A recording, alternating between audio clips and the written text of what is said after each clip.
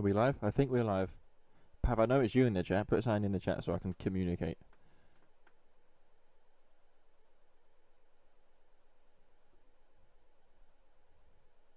Champ, okay. Do you know what? I'll let you have your moments. You just enjoy it. I'll let you have. I'm not going to say anything because we stayed in the league.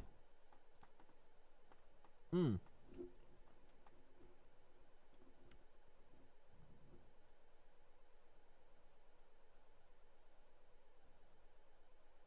Obviously, we are here for the Canadian Grand Prix. I'm going to call it again a hate watch because I don't like the sport at the minute. And I keep hearing we can both celebrate, just not the same level. Yeah. I mean, I'm happy we didn't go down, you know, obviously. I had a little celebration because I was stressed, and then I realised I've just celebrated 17th in the league. So, yes, we're here for the hate watch. Thank you for putting me back on track. Because I'm fully going to call this the hate watch while Formula 1 is as bad as it is.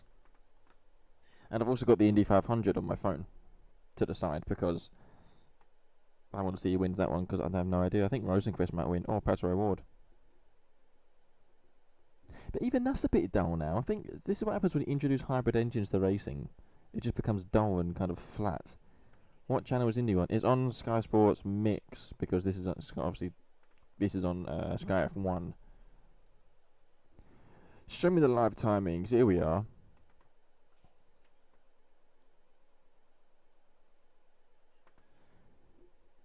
Did you see qualifying? I'm guessing you saw. Okay, well, there's only like 13 laps left, so I think I'll just tell you because it's towards the end. They hit a red flag because it started spitting with rain and then stopped, so they came out again, and then Newgarden spanked it in the wall. But the one leading right now is Rosenquist with O'Ward, and then Armstrong, and then Malukas, and then Grosjean. What names they are! God, slow down with the big time names. I think Scott is going to join at some point. He just told me he's ordering pizza first.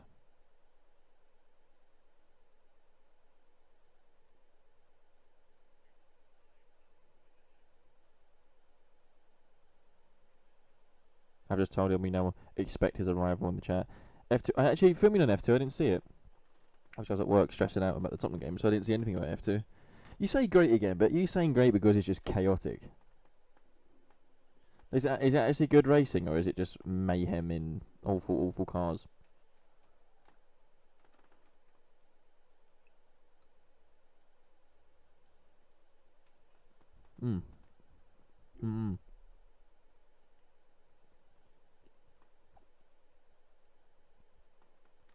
Question is, before the race starts, chaos breeds entertainment, and with entertainment comes good racing. That's a lie.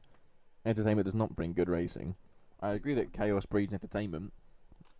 Entertainment doesn't bring good racing. Good racing and chaos entertainment is two very different things. But that's why people watch F2 now, is for the chaos, not for the racing, because the cars can't. Hybrid engine used to be able to when it was a V8. Yeah, all the drivers have said Sternshorn won. I don't know who these names are. I know that Silov spun at one point. 2 or 3 safety cars overall good. Oh, so usual F2. I think they finished on the timer because we're out of time. Again, I think that's happened a few times with F2. With these F1 boys, all the drivers have said how slippery it is. So no one. I don't know if they're on slicks or inters. I am also eating a very nice warm croissant with tomato and cheese and a sauce, but I can't tell what the sauce is right now. It rained this morning, didn't it, in Montreal? So I don't know the. He's going to tell me if I do have to refresh this. Oh, don't get rid of it. Come on. Like, I praised this live timing the whole time. It hasn't let me down yet. No, they haven't announced the teams yet. The team is the tyres. Zoom in for me. Nope, zoom out a little bit. Thank you. That's going to be absolutely perfect at that angle. 9 laps to go for the Indy 500. It's the exact same order I said it was 5 minutes ago. Can you tell? Sorry, let me chew this tomato real quick.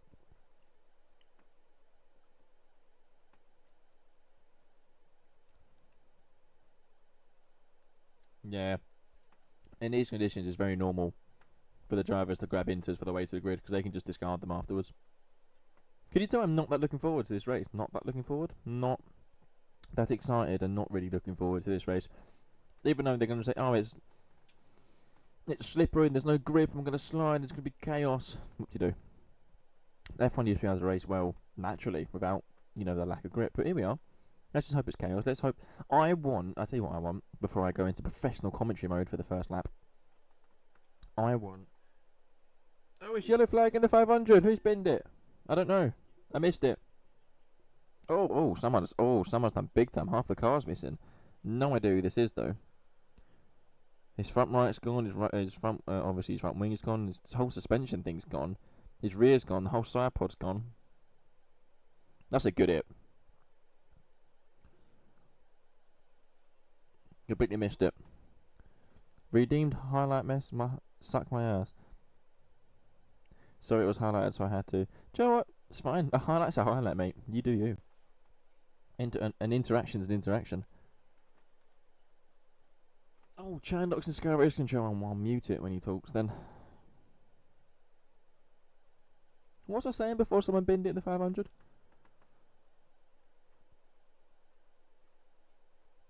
Oh yeah, I want controversy. So they gave us a little spark yesterday between the Mercedes drivers. Where's the feet cam at? Ask Very and Royal Mail, right? Ask them. Apparently it's going to come on Tuesday. No one's here on Tuesday to sign it, so I need to kind of figure that out. But it's coming. Oh, they've red flagged it now. Why have they red flagged the race?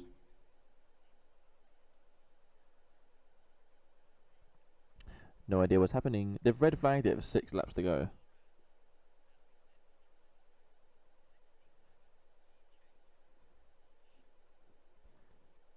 Oh, I think you dropped oil over the track. Yep, thank you for that one, Pav. Thanks, mate. Yep. Collet. I know that name. Why do I know that name? Oh, he's out the car. He looks a bit dazed and winded. This must have been a big hit.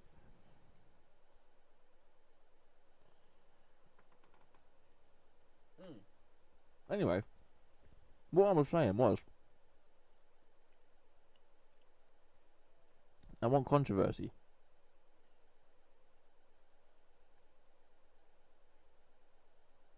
Oh, what a weird crash. Did he just lose the rear and then correct it? I mean, when I say correct it, he corrected it into the wall, so. Oh, he did, yeah, he's overcorrected. Damn. With just 6 laps to go as well. Yeah, so they gave us a little spark yesterday of what they can kind of bring when it comes to the inter-team battles and the controversy. However, I want more on that between everyone. Let's create some entertainment here as we now get the very, very special Formula 1 intros.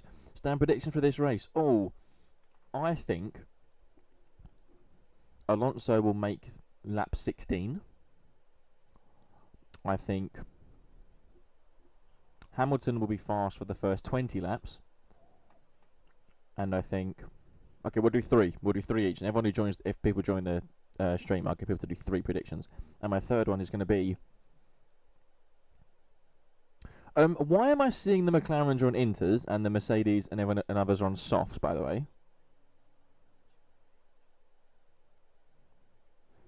Are my eyes deceiving me, or are you seeing it as well? We have a mixture of soft and... When does that last happen? My third prediction was actually going to be McLaren start on inters. Which is funny, isn't it? It's ironic.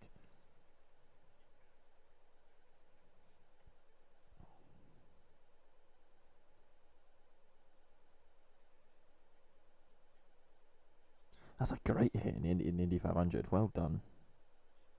Half the car is the other part of the track.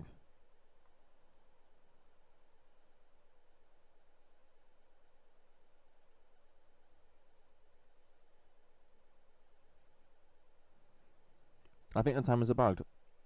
I really want to see if they are bugged or not.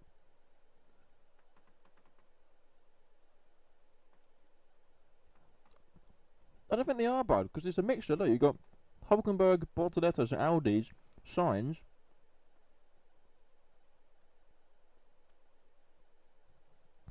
If that's true, that's so odd.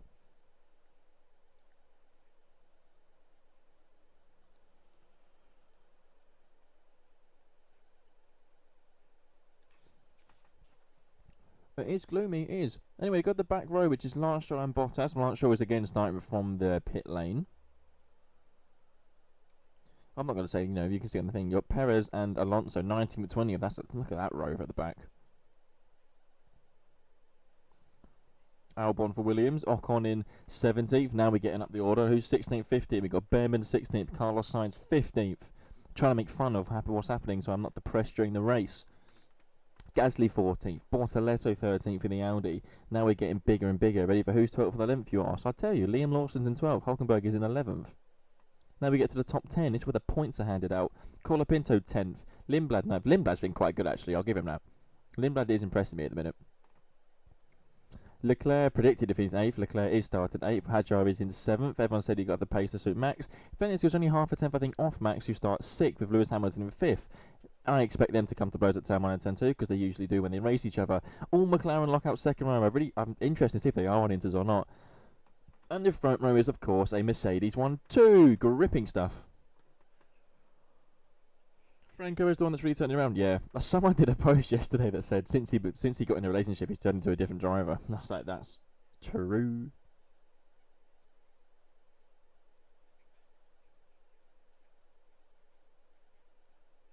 It's true. Yeah, Brundles just said it. Yeah, the Inters aren't they glitched? People aren't Inters.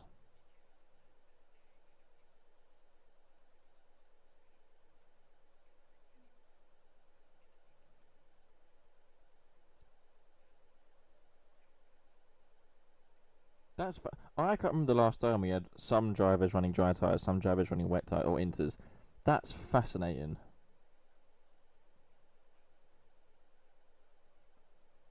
Thing is, you can see the problem when you do that. You can see very quickly who's made the right call and who hasn't. And it's interesting to see that all the others are on soft, which is just showing how lack of grip there is, because the fact they're going on soft for the start and not mediums. Wait, can I get one more bite before the warm-up lap?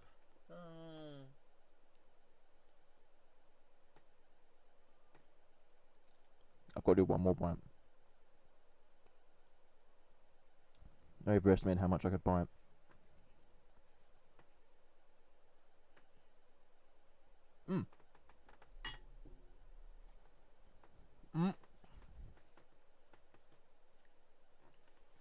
Ponchos are on in the grandstands, which means it's always a good sign to look at when it started raining at a Grand Prix event, when the ponchos go on in the stands itself. I've now got to time it to the warm-up lap.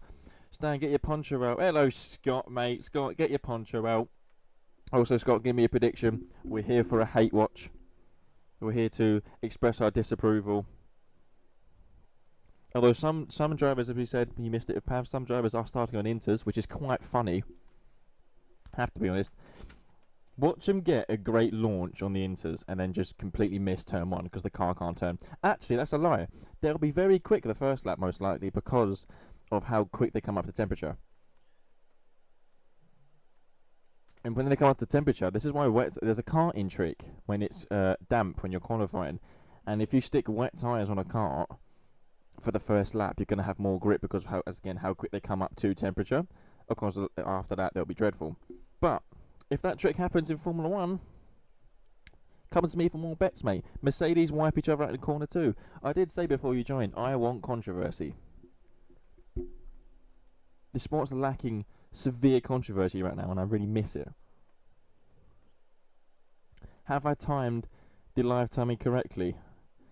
I can't tell right now. I think I'm close. I've not been following much. Is it a valid prediction? No. I mean, they were close yesterday. How Russell didn't get a penalty for what he did, I actually have no idea. But I don't think it's that much of a valid prediction. Pav Bartop that's supposed to be saying McLaren intermediates. Get in the stream, mate. Join in.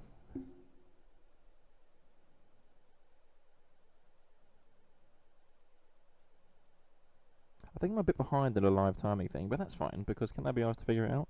Colapinto 3rd. Damn, for that to happen, that's going to be... Wow. I mean, if Colapinto does get a podium, it feels like I'm floating around quite a bit on these tyres already. I don't think intermediate... Clip it, yeah. I don't think intermediates is the right call. Yeah, I think that's baffling by McLaren to do that. Max and all the champions. Hello, Ben, mate. Scott, why are you bringing that kind of vibe here, mate? Max and all the champions, right? Should we do predictions? Okay, so Scott's prediction is Max and all the champions. I'm going to predict Sainz. Ben, in case you missed it, your lovers of McLaren are starting on intermediates for on what I think is a very, very odd reason.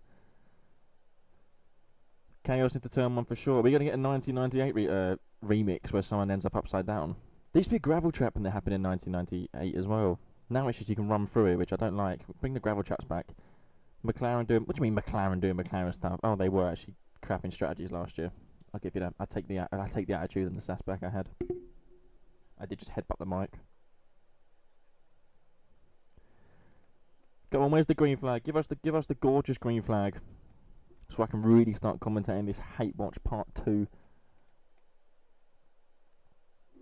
Go on, who's leading to turn 1? Tell in the chat right now who's leading to turn 1. Where's the green flag? Give me the green flag. Come on, yeah, wave it, mate. That's what we're waiting for. There's the gorgeous green flag at the back. Now you have to wait the 5 seconds. Let him spin the turbos. We know how these cars work. And you love it. First light on. Here we go. It feels like my F1 arcade with these flashing lights now. 5 lights are on, and we are waiting now for the lights to go off. I'm not going to say lights away we go, because they are holding these lights a long time. What's just happened? The lights have gone out and no one's pulled away because the cars have stalled. What an extra formation lap. That sums up this sport right now. An Audi has missed his grid slot. An Audi missed his grid slot. Lindblad's not in gear and can't go anywhere. So instead of doing an error message, they kept the 5 lights on, and Antonelli just slowly rolled forward, and the 5 lights didn't go off. And then suddenly it said extra formation lap, but no one understood that, so the drivers were just sitting there, and then the 5 lights went off with no warning message on the lights, and then they just crawled away. That's the funniest start I think I've ever seen in Formula 1. It's raining, I understand the poncho's reference. Now, Scott, come on, you know the poncho reference. Always look in the crowd to see when it starts raining. It's brain dead and away we go. I'm gonna use that, the next one. Get the turbo spinning.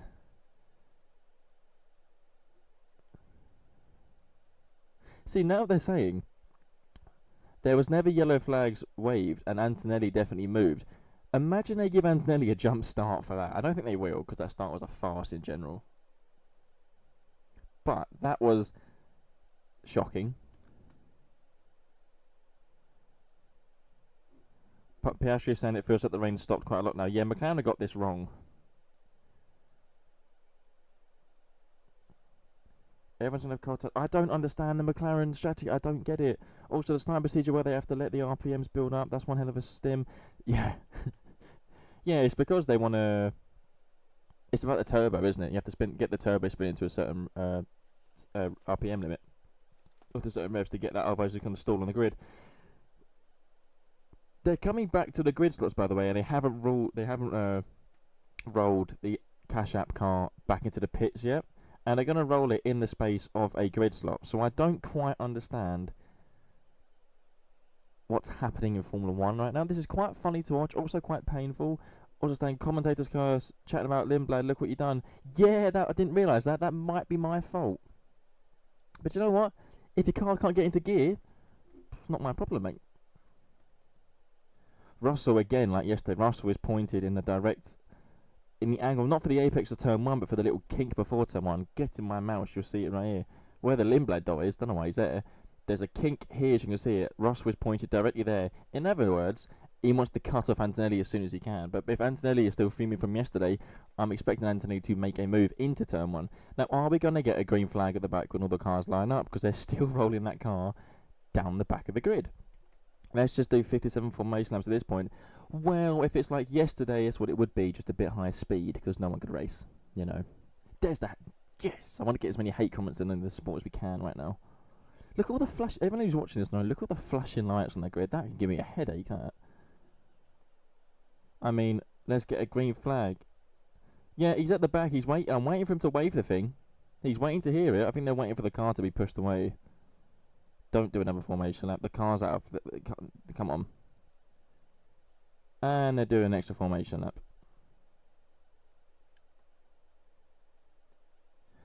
I honestly can't stand this sport. See, I understand, right? Here we go again. Oh, gripping. Here's the thing. I understand the rule for safety, but there's got to be a limit where you kind of are taking away the danger and the thrill and the adrenaline of the sport by going too far in the safety direction. Doing another formation lap here is slightly pathetic. Max just might get out of the car and leave. He will anyway, mate. Can someone just go into the main menu and hit the restart session? Can we have a flashback, please? No, but do you know what I mean, though? Do you not think it's like the Formula 1 especially are taking it a bit too far now with the safety aspect, and they're taking away what the actual thrill of this sport is? Piastri's hating his life at the minute because he knows the intermediates are not the right tyre. Watch Piastri dive into the pits. It wouldn't surprise me at all. This is pretty funny. I'm entertained. Yeah, but again, we're entertained for Formula 1 just being stupid. Yeah, they're talking about Piastri pitting. I did just say that. I did just predict it. But that's the thing, is like we're talking about how Formula 1's entertaining. The entertainment is the stupidity. Yeah. Piastri radio. The centre Piastri, his tyres have dropped temperature quite a lot. So everyone else is really cold as well. Thanks, mate.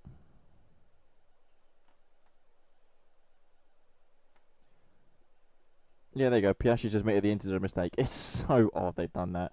Piastri is not pitting, he's staying out. How odd. How absolutely odd. Right. Third go at this, shall we? Third time's a charm. Let's get the cars off the grid. Let's do a little green flag and get racing. Lindblad's not going to start the race. So is this every round, by the way, we've had a car not make the start of the race for whatever power issue? I think I'm correct there. And that's including sprint races. Great regs. So good. It's so fun. No. One more formation that, please. Well, I've just said a point being sarcastic, and it's so valid. How every race we have cars failing to make the grid. Come on. Get a grip. Do you know what I mean? It's ridiculous at this point. I headbutt my mic again now. Just pure anger. But Lindblad qualified 9th. Anyway, right. It's a funny sight seeing the McLarens on Inters. It really is. Isn't Stroll starting from the pit lane because of a new battery? Yeah. Yeah. Right. Are you doing the green flag at the back now, mate? Come on. Let's give us the green flag. Let's get this show on the road. And by show on the road, I mean let's get this little procession going. Green flag at the back. Thank you, gorgeous man. That's what we waited for. Turbos are spinning. Let's give it 5 seconds. One light. Here we go. What do you say? Brain dead and away we go. That's a funny light, and lights out and away we go. But the lights have just gone out and we are away. And Russell has got a dreadful launch. He's going to have 3 wide going into turn 1. Norris is going to have down the inside on the intermediates. I said they'd have a quick launch on the inters. And there's a McLaren leading, and Russell's down to 3rd, Antonelli second. I think it's Piastri. No, it's Norris or Piastri. One of them leading into turn 2. The other McLaren's struggling for grip out of the exit of turn 2 to turn 3. It's found Norris leading. I think Verstappen and Hamilton managed to avoid each other. Hamilton's a good launch into 4th as well on those soft tyres. But Piastri is not liking those tyres whatsoever. He complained on the radio. Norris kept quiet. Norris is the one leading through the grip. Russell, a dreadful launch from him. Again, I'm not surprised. He seems to struggle with that at the minute when under pressure. But Antonelli's going to be on Norris in a matter of laps, I reckon. But there's a big lock-up by an Alpine. That's going to be Gasly into turn. What turn is that? Turn 6. Onto the back straight. We got Norris leading Antonelli, Russell, Hamilton, Piastri on the intermediates. Max managed to stay in 6th. Leclerc is up to 7th.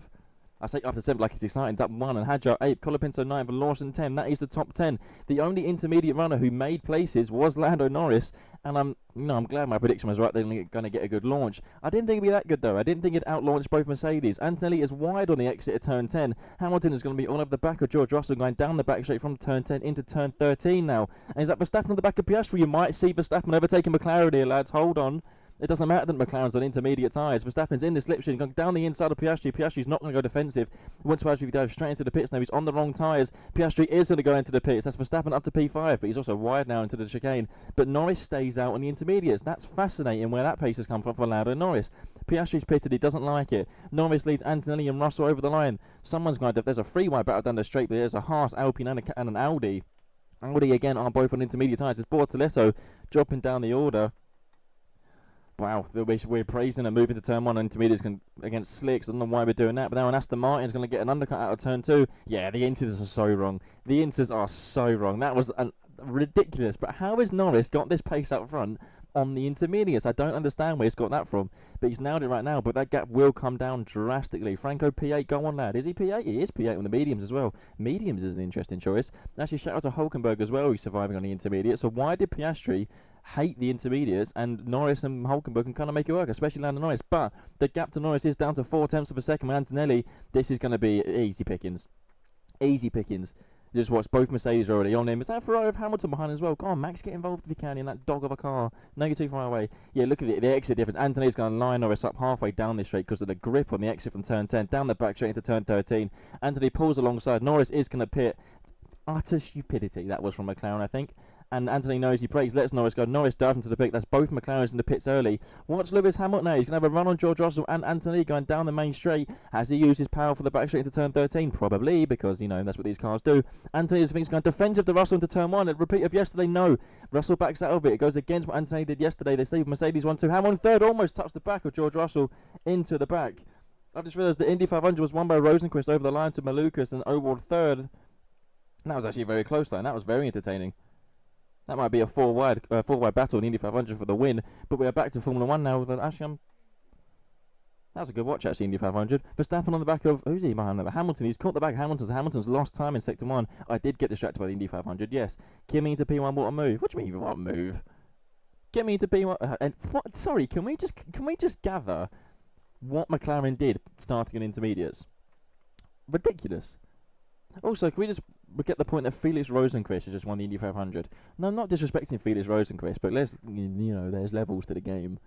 And now we have some odd drivers winning the 500s. Turn 1 onto Russell. Oh yeah, that was fair actually. Well, it was defended well. Russell actually backed out against it, which is what Anthony... No, I was going to say it's what Anthony should have done yesterday. I lied. I disagree with my own statement. Anthony did everything right yesterday to make the move and got forced off. So it was interesting to see that Russell did not try and go around the outside that Anthony did, because he knows he would have been forced off. Verstappen somehow got the fastest lap. Take a picture of that. That's not going to last long this season, as actually Leclerc is taking half a second behind him. Lawson and Hulkenberg in for out of position at the safety car line. At least Bottas is still in the intermediates. Why? Like, what's the point? So we have the top 6, Antonelli, Russell, Hamilton, Max, Leclerc, Hadjar, top 6, all on soft tyres, all within 4 seconds of each other. This is interesting. Now, I wonder, Hamilton's locked up there into turn 3. I wonder if he went straight on the grass. No, he didn't. He held it. But I wonder if this is because of the lack of grip. They're all kind of even at the minute. Hadjar is just falling off the back of Charles Leclerc, though, so I say that. Maybe top 5.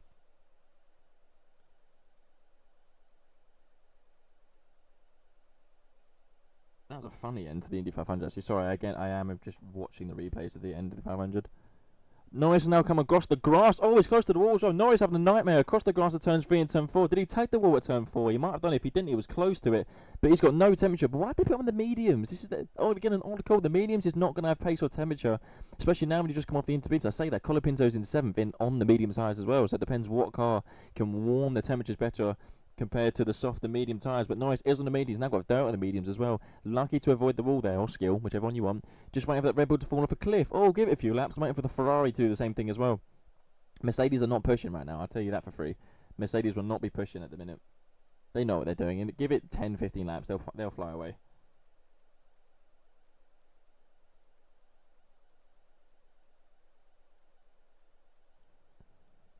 Man, my brother's just messaged it's embarrassing for McLaren. I agree with him.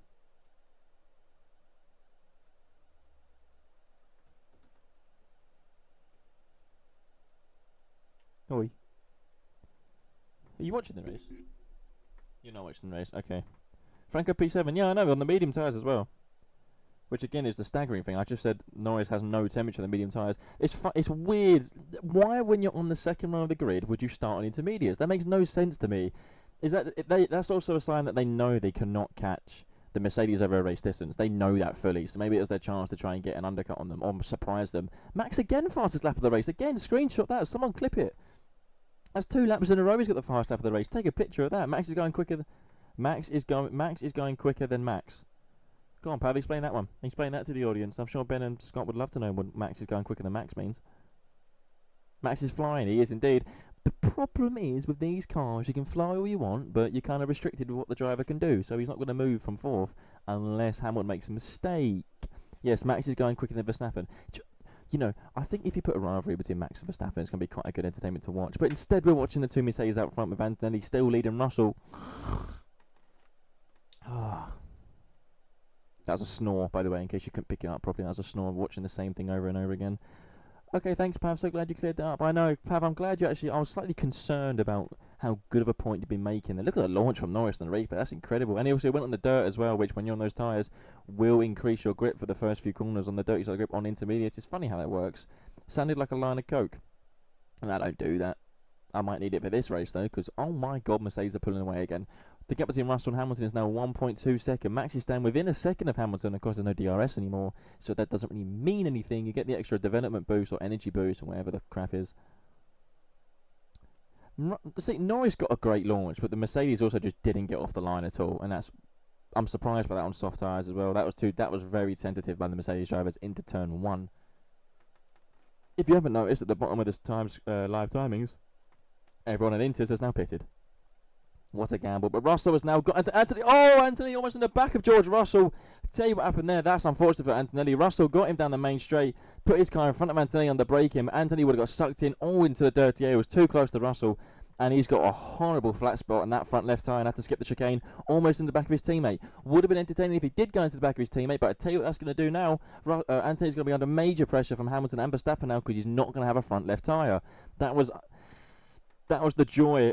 You say what a tip, but that was the joy of dirty air in these cars. It's happened many times. When you're that close to a car behind, directly braking, you lose all the front downforce. So you're going to lock up. I'm surprised he let Russell do that to him down the straight and then try to hang it under braking. Actually, no, I kind of agree with you, what a tip. Because why did he then go directly behind Russell? You know, these drivers should know they're going to get that amount of dirty air. So why put yourself in that position directly behind the car? He should have just stayed in the line he is, and he would have been fine for the line to the run, out of the last corner. So I agree. That was a poor error from Antonelli, and he's just done his strategy for that now because he'll have to pit. Exactly, tip. What was that? Yeah, I agree. On first I thought it was harsh. Then I watched the replay and I was like, yeah, you're a fool.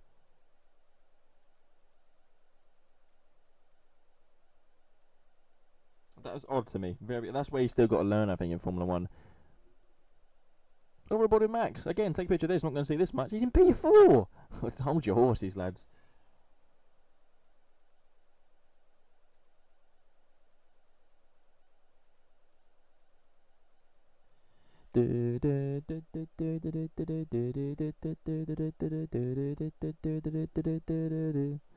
I hate these cars, I hate these cars, I hate these cars, I hate these cars, I hate these cars, I hate these cars, I hate these cars. I'm a professional commentator with MotoGP, but I'd struggle to be professional with Formula 1 at the minute. Because, right, Max is directly behind Hamilton as they come out of turn 6 into turn 7. But when can you make the move if the engine is deploying at the same time? You know what I mean? I don't think you can make a move on Hamilton if they're deploying at the same time unless Hamilton makes a mistake, and it's going to be a repeat of what we saw yesterday. The fact Max has to buffer to Leclerc and is on the back of Lewis is funny. It is quite funny. I did say Ferrari's pace will drop off.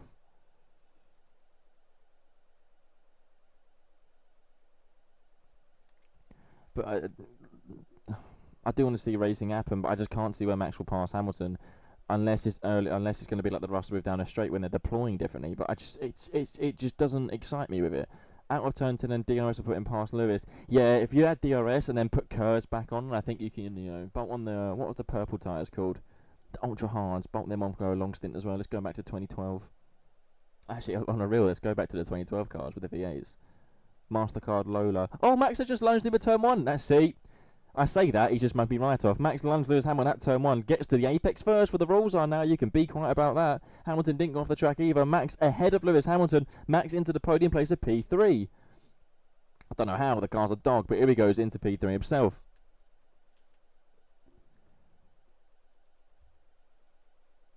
I didn't actually, I'm not going to lie, I did not expect that move to happen because I thought it was too far away. Then I looked away, took back, and he just lunged down the inside of Hamilton to turn 1. That's how you make overtaking these cars. You just hold your breath and hit the brakes. Good on you, Max. Go get the Mercedes now. You're 3.4 behind. Hamilton said, I've got no power, come on. Oh, surely not another driver complaining about the power of these cars. Oh, never said that before. Can we just stop a second and realise I'm supporting Max? Yeah, Ben, I know we've converted you. We'll convert Scott next. And Scott will be converted, because everyone over time is converted. Oh, there's one Mercedes. Oh, there's the other Mercedes. Half a second quicker than the cars behind, and they were that lap, the Mercedes. This is fun, isn't it? This is very fun. Max managed to stay ahead of Hamilton down the straight. Hamilton, every race right now is complaining about power issues, and it's got to be the way the Ferrari is deploying, because it doesn't like it. None of the drivers like it. Someone's beeping their horn outside my window. Do you mind? I'm commentating. Fool. I say, when I said Max, you're only 3.4 behind, it's down to 2.9 now to Antonelli. Did anyone banker a Max win? Anyone got money on a Max win? Why? Oh, Bottas started on intermediates, didn't he? Okay, that explains. I was saying, why are they catching Bottas this quickly already? And I forgot it started on intermediates. But and the thing is, from that lockup, yes, it was entertaining to watch, but in the long perspective of the race, that's not done us, for entertainment reasons, any favours whatsoever, because Russell can now control that gap to Antonelli and the ones behind. Bartok just messaged me and said, can the two Mercedes go to each other and Max win? And that'd be funny.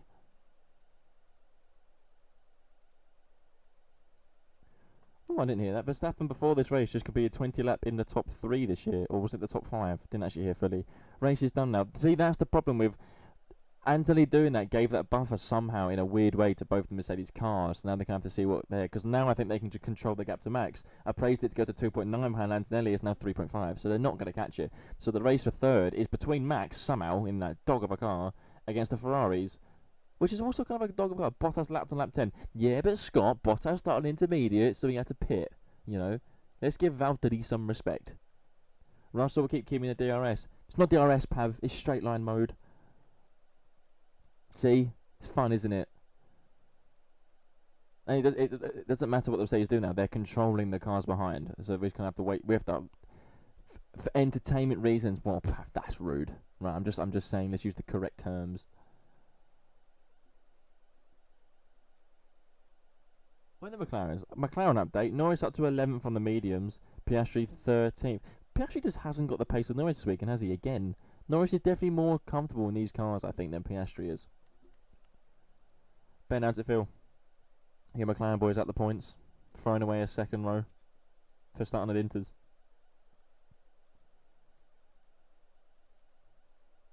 Although I quite like Norris's helmet this weekend of the brain dementia charity that Jackie Stewart runs. That's a good touch. Norris has the championship. He's got zero pressure this season. I knew he was going to say that as well. Oh, someone locked up into turn 8. Who was that? It was either Behrman. I think it was Behrman on the soft tyres. Yeah, he's well sloped out of turn 9. Behrman is horrendously slow, and I swear I heard a puncture there in the audio. Norris down the inside of Behrman there into turn 10. That's going to be an easy place for him. Coming out of turn 10 onto the back straight. It won't be long before he gets Gasly for P9 as well. As McLaren on the point, Max 4.2. Yeah, mate. The rate it's done at the front. This is going to be between the two Mercedes, and there's probably going to be a team order coming in soon if Antonelli goes the gap. So we have to kind of find our own entertainment right now. Hamilton has stayed within a second of Verstappen, though. Let's go back to 2012. Hamilton is going to be in DRS with Kurz on Verstappen. Oh, look at... Oh, I hate that. Norris has overtaken Gasly. That's not what I hate. I hate the fact how he did it. Down the main straight, Gasly's harvesting, Norris using his energy. Whoa, move done way before turn 1. When's MotoGP back on? Mugello's next weekend. That I'm looking forward to. Oh, Russell... What's happening? Anthony's ahead of George Russell, so I don't know what's happened to Russell. I think Russell made a mistake somewhere. Surely Russell hasn't crumbled again, but he's going to pass Anthony again down the back straight into turn 13, 14. What happened to Russell that lap? Because he was 1.1 going into turn 1. And as they end that lap, he's now just 3 tenths repassing Antonelli.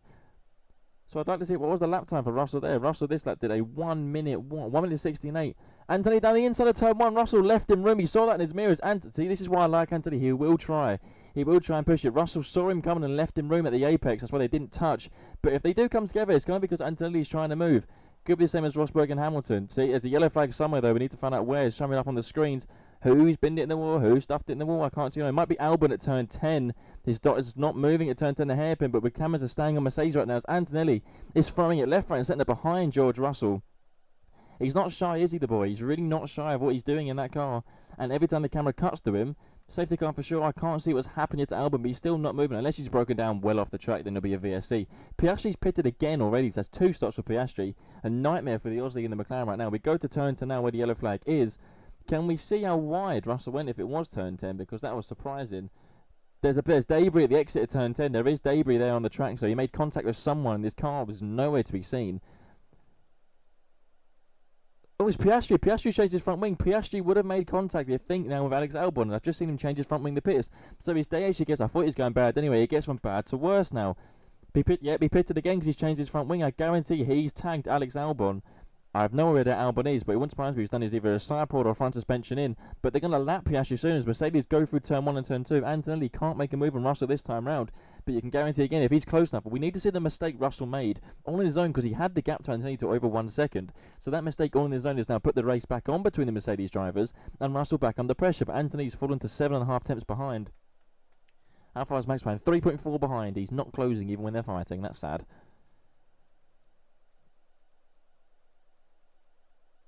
Oh, there you go. They're just in a commentary. Apparently, Russell went deep into turn 10, as Pav, what you said, and went into the runoff area. So that's probably why he would have had such a good run coming out of turn 10 down the main straight. But has he locked up the front tyre, which I assume he has? Have both Mercedes got flat spots? They love a mistake, didn't they? They went at the front, but I guarantee they have got flat spots. Some Davey just fell off the car of Oscar Piastri. There's Davey everywhere at turn 10. I don't know why they're not got a VSC for a second. They're showing the replay now, top left, in a little mini screen. I have to squint to see this. Of Piastri.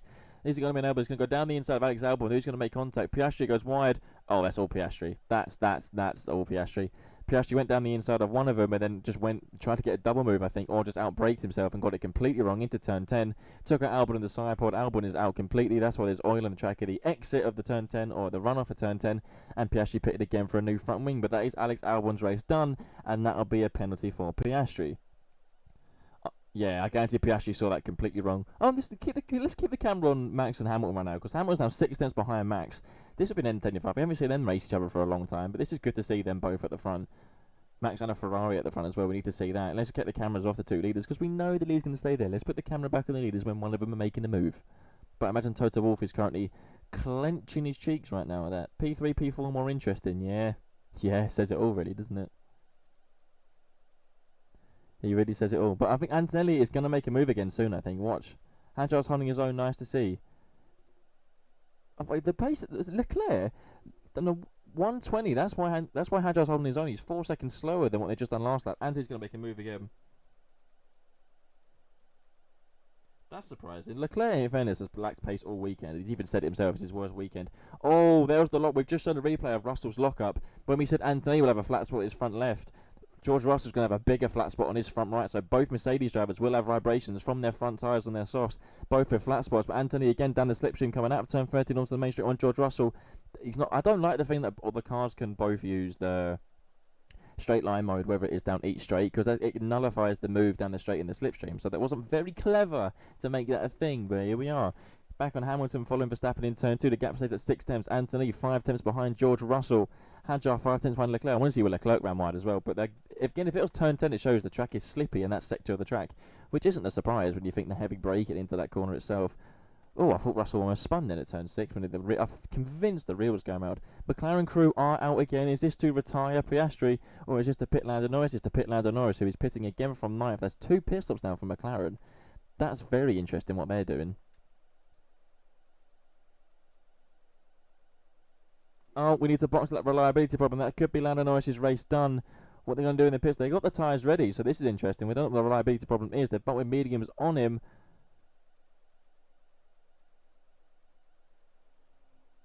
Oh, that's interesting. They've put Norris out again. Of course, I mean, he will get lapped now. But they said reliability problem. They definitely cleared something from the radiator. I don't know if that was grass or mud or debris, whatever it was. Possibly debris from. I guarantee he's ran over something and he's gone in this side pod. Or it's one of those animals they keep hitting.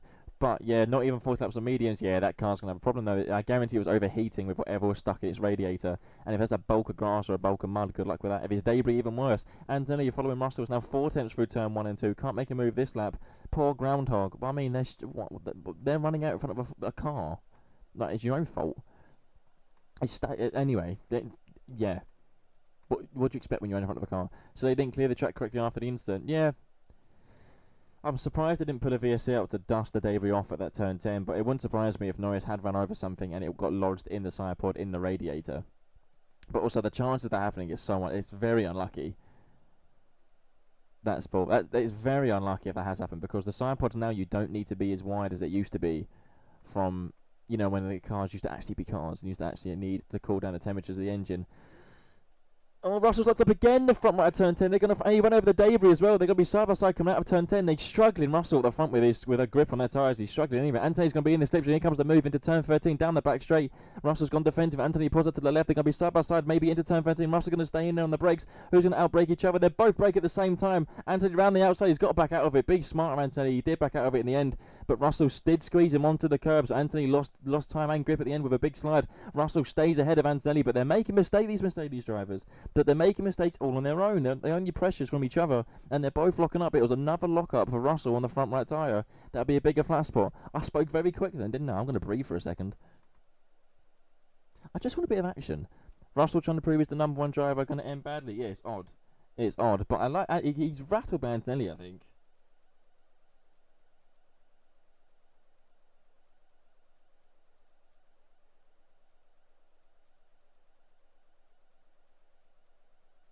See, Brundle said a point. Every time the Mercedes drivers do this, Verstappen and Hamilton gain time. No, they don't. They used to have been locking up every corner, almost hitting each other, and they pulled the gap to max to 5 seconds. What you on about? They gain half a second. Like, what? They're not. They're that far ahead. The car, when they push it, is that far ahead because it's the engines. Kind of, they wanted these engines, didn't they? They kind of, it suits them to a T. It's just like 2014 all over again. And then it's don't give me that bull. We know the reason why these engines are bought in. We knew it'd favour Mercedes as well. Let's not, come on. Thought you was trying to sell me a painting talking that quick. I can sell anyone anything, you know that. Into turn 1 for lap 19. Anthony cannot make a move on Russell, but he's following 4/10 of a second. Oh, it's good that they're fighting so the ones behind catch up as they've pulled the gap to max to 5.3. That's good. Do not try and sell ice to an Eskimo. Listen, I'm a special boy. Sell ice to an Eskimo. I'm a talented guy, like, I know. But I don't like the bull they're trying to sell us, that, oh, they're gaining time. If Mercedes, if they pushed their car, they'd lap everyone. Ben, you could put you in the car and it'd win. And that's saying a lot because you're kind of crap. Yellow flag again. What's happened? Something's happened. My camera goes to... It might be turn 10 again. Bottas was going slow in the exit at turn 10. Well, thanks, Dan. I'm just saying, Ben. I'm just saying. Turn 10 again. Russell's going to lock up now. No, but Antonelli's definitely stronger in turn 10. See, I didn't think they'd come together, but now the way I'm watching them under braking with each other, Antonelli is that much late on the brakes into turn 10. I reckon they might come together, but Russell is definitely under pressure more again from Antonelli going to turn 13, 14 chicane. But again, it's rare you're going to see a move to turn 1 because they're using the boost down the back straight to the final chicane, so you're not going to see the move to turn 1. Also, Piastri penalty yellow. Yeah, it's weird actually how that hasn't come up. I'd rather race GT3 cars, to be honest. Ben, so would everyone would rather race a GT3 car than these F1 cars right now. Even the 4-time world champion, which is saying a lot about the state of this sport. But what? See, the thing is, I think they got the error right because you can see the cars can follow. Look how close Antonelli can follow Russell as they've pulled the gap to max again to another half a second to 5.6 seconds. You can follow the cars. If they just got the bloody engines right, this would have been a great entertainment series to watch. But they've I don't know how they got one part of the regs so right and the other part so wrong. Maybe they're just ignoring penalties this weekend. You know, we had the Russell one yesterday, weren't penalised. This Piastri wanted to turn 10 on Albon, which did take him out. Antonelli is so strong into turn 10. There's still debris on the wide of the offline there in turn 10. I'm surprised about, and there's actually dirt on the track coming out of turn 11. A little kink after turn 10. Going down the back straight again. They're both using their boost, so we're not going to see them move into turn 1. Antonelli is too far away to make the move into turn 13 itself. There's a light outside my window. You can stop doing that, please. Over the chicane, they avoid the wall of champions back onto the main straight. The gap won't close because they've used the boost. Just going to say every time then, just to annoy everyone. I'll shut up Brundle about if we have a season of this, it's going to be entertaining. Yeah, but this is what I mean, Ben. They're trying to... The thing is, I'm using Sky Go to watch it. I'm so glad I'm not paying the Sky price. I'm using my dad's Sky Go because you can. I'm so glad I'm not paying the prices to watch this on Sky because they're sending you an absolute lie. But you have to remember their job is to big up the product. Hamilton is now 4/10 behind Verstappen. Their job is to big up the product as much as they can, and they're being told to. It's very obvious they're being told to, because I guarantee the real racer, and what Brundle used to believe, is hating this. Absolutely hating this. I don't see Anthony getting Russell on the turn 1 is probably... See, if I think Anthony needs to line Russell up out of this 8 and 9 into 10, because he's so much better on the brakes into turn 10 than Russell is. And I think that's his chance. Then he has to defend using the boost, but he's got to get a good run through 8 and 9, and hope Russell makes a mistake, because I can't see him... I don't see him passing him realistically an actual overtake unless Russell makes a mistake. Because we're going down the back straight again. They're going to lap a load of cars down this back straight. Norris being one of them, Hulkenberg and Bottas. But I don't... There's not going to be a legit overtake. Unless Russell's gone defensive here into turn 13. Antonelli's again, he's got back up around the outside. You can't do it into turn 13 when it's for position. You just can't. They're going for this game. Anthony is close to Russell now coming out of it. Maybe use less boost and Russell save more. But he's close into turn 1. Russell's going to have to go defensive into turn 1. Anthony's going to try around the outside again. No, he's got a hold back and he doesn't want to repeat of yesterday. But he's going to try to get the undercut out of turn 2. Look at the wide entry line he's got. Undercut out of turn 2 into turn 3. Can he get the grip? No, he can't. Russell stays ahead another lap. AI viewers, that's a hell of a name, that. Big Smart, I don't even know what you are. That's a Russian thing, though. You can leave. Thank you very much. I love Brundle and Crofty, but they aren't telling this to anyone. I don't love Brundle and Crofty, to be honest with you. But let's get the MotoGP commentators in them. Scott, where have you gone? I want to see your views on this thoroughly entertaining Grand Prix of fake racing. Unless you're asleep already. The thing is, that what we're waiting for now is every time the Mercedes come into turn 10, then we'll watch them have a little battle between turn 10 and turn 13, and then maybe turn 1. Let's get me, you, and Scott in the commentary box. Yeah. Hamilton's gone straight up to turn 8, so there goes the gap to Verstappen. Russell again is wide into turn 10. Again, Antonelli is so much stronger in turn 10 than Russell. Now he's going to have a good run down the back straight. Antonelli has to take the lead here. I'll read that in a second. I'm commentating right now, but Russell again straight on in turn 10. And he's gone defensive. Antonelli around the outside. He's going to take the lead into turn 13. Russell can't defend this. Antonelli will now lead the Grand Prix coming into the chicane. Can he hold it into turn 1 though? As I guarantee Russell wasn't using his boost because he knew what was going to come. Antonelli will have to go defensive. You'd have to imagine into turn 1, or has he got the big enough gap? He's got the gap big enough. 0.3 of a second. That's the gap you need to defend. I'm stuffing calories in my face. Well in, Scott, mate. You keep doing that, son. Antonelli now leads the Canadian Grand Prix with Russell behind. But remember, every time they fight, the gap comes down to behind. Verstappen is 6 seconds behind.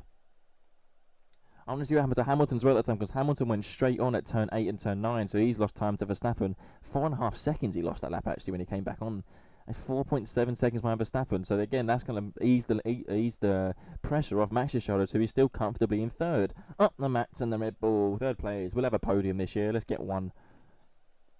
Antonelli now. This is the problem for Russell. Antonelli's got that free air, and he's pulled 1 second already. And George Russell. This is where Russell needs to respond quickly. He can't get done by Antonelli again. But Antonelli's put the pin down as soon as he passed Russell, and he's put the gap to him. So he won't be able to, unless Antonelli makes a response, Russell won't be able to respond this lap. And the next back marker, ironically, is Lando Norris. But again, the move happened, as I said. George Russell made a mistake into turn 10. On one hand, entertaining, because we're watching the drivers, maybe on the limit of what they can do in their machines. On the other hand, I also said the only way we're getting an overtake in these cars is when the one in front makes a mistake. What's your thoughts on that? Am I correct again? Yes.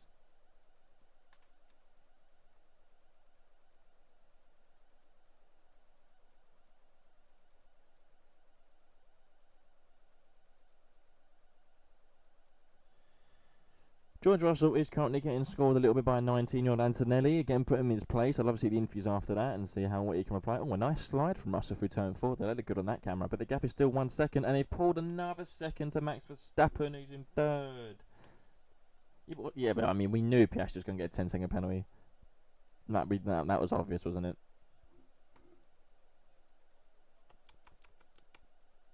Anyone say anything's going to happen at the front if they make no? Let's say, right, there's no mistakes made now from Antonelli. Are we going to see anything at the front? Have they now pulled 7.3s behind? You have to remember, I'm saying 7.3 behind. Oh, Antonelli's gone well wide again. They can't stop at turn 10, these boys. Antonelli's now gone wide at turn 10, but he's going to have a great run into the back straight on Russell now, who's taken the lead again, and now he's going to have a defensive. These Mercedes cannot stop the car at turn 10, and I really want to know why, because it's interesting. They're both locked on that front right. They're side by side down the straight, going into the chicane. Russell's going to do him on the brakes, and they nearly touched. Anthony's have to go over the front off again. That's going to cause the battle to go on again between Mercedes driver. Almost touched. Anthony skipped the chicane and came out in front. He's going to have to give that back. Russell is going to be straight on that radio, but Anthony will claim he was pushed off. What are they doing? This is entertaining because they're being stupid, these two. It's very, very odd racing between them. I don't know why they can't stop at turn 10. But Antonelli will have to give the position back. But Anthony will argue they did touch wheels going into that final chicane. And that's where the line is. Anthony, again, to have to pay for that, but give the place back. But these two are going to come together. If it's not this race, it will be this season. Because they're that far ahead, they can afford to race like this. But they're going to come together. He's going to give the place to Russell back down this back straight into turn 8 and turn 9. But watch turn 10 again. This is the place we have to see. Anthony's arguing that he got pushed off like I was ahead. What's the points? Again, not happy. It's exactly the same as yesterday. Come on, let's get Toto Wolff on the radio. Head teacher Toto. Waiting for that. Be quiet. Well, I don't like what he did yesterday. But they this time They managed to stop the cars ahead of him. But Russell again is wide on the exit of turn 10. That's very odd what they're doing now. Mercedes cannot do that corner. It's good for them that they're 3 seconds quicker everywhere else on the track. But Anthony's got a great one on Russell now down the back straight once again. And Russell's got defensive. Anthony around the outside. We're going to get a repeat of last lap. Anthony's going to try and hang around the outside again. No, he's got to give it up again. You're not going to get the move properly done there, Anthony. You know that by now. But is he going to get a slipstream from Russell into turn 1 now? He's close enough, potentially. The gap's 3 tenths. Maybe it's a bit too far. It's going to have to be a lunge into turn 1 if Anthony wants so. He's have to settle for another lap. Back we wait now for turn 10. We discussed this internally or not on the radio. Yeah, I don't like the radio message. Get on with it. They really haven't cleared the debris from turn 10. Yeah, but the debris at turn 10 offline is not causing these lock-up problems. This is something to do with the setup of that car and that mistake, because no one else is locking up at turn 10. I know Piastri made the clash with Albon at turn 10. It wasn't a lock-up. He just got his braking wrong and braked too late. Martin Brundle said this is breathless. Well, it's not, Mo, is it? It's between two cars of the same team. That's what we want to avoid.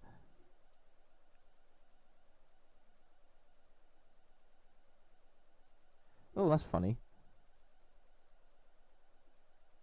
That's funny. They said to George on radio, Kimi will give you the position. Russell, when it's convenient just before the back straight. Bit of saltiness there. Russell crying on radio. Russell crying on the radio? Since when does that happen? I love that. People claim Max and the others and Hamilton, they whinge on the radio, rah, rah, like they don't all do it. Like, it's... I mean, if I was a driver, I'd be moaning left, right, centre. Driver of the day, turn 10. I fully agree. I thought Anthony was going to make a move in turn 13, but he needs to know now, Antonelli. He can't make the move for position legit into the final chicane. It's not going to work. It needs to be turn 10 or turn 1. Yeah, again, you just heard Toto on the radio say, George, I don't like this little head teacher tone. Let them race. Oh, Pav, my prediction. Alonso was last 16 laps. He lasted 27 laps, and then they've just cut to the Aston Martin being wheeled into the garage. So, 11 laps better than my prediction, actually. So, that's well done, Aston Martin, for making 27 laps of this race. Gone nearly halfway. Didn't quite do it. Close enough. I know, you know. What can I say? What can I say? See, Brundle was saying in the commentary, Toto Wolff would be wishing them to stop the wheel. That's a big flat spot on Anthony's front left. To, you know, stop the wheel banging now. They got a 1-2. This is racing, right? Antonelli is clearly a psycho, which is enjoyable to watch. And that's kind of we need this entertainment, otherwise this season's going to be the worst of all time for entertainment and for racing. I am a psychic. Oh, what can I say? I know what I'm doing.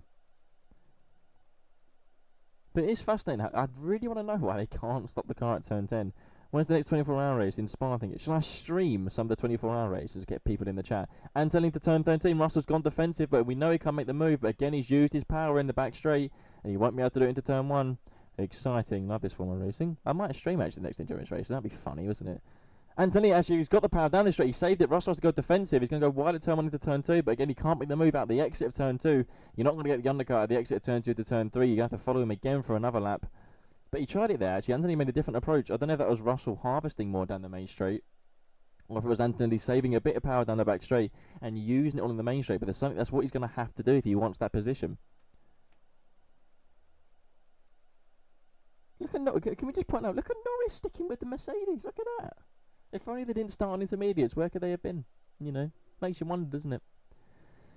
Really makes you wonder whose decision that was to start on intermediates, because that's a sackable offence. Joking, it's not a sackable offence, but it is quite a dreadful one. Shame he's only 1 lap behind. Yeah, I know. It's funny though, isn't it? Turn 10, are they going to make it? Antonelli's not made it. Anthony's locked up and gone wide. They cannot do it. And now he's lost that gap to George Russell. That's going to be about 9 tenths as they come onto the back straight between turn 10 and turn 13. 7 tenths. Ah, that's close. Kimi move into turn 3 if he can get... Yeah, but you're not going to get the exit out of turn 2. You might be able to in the F1 game, but in real life, you're not going to make the exit.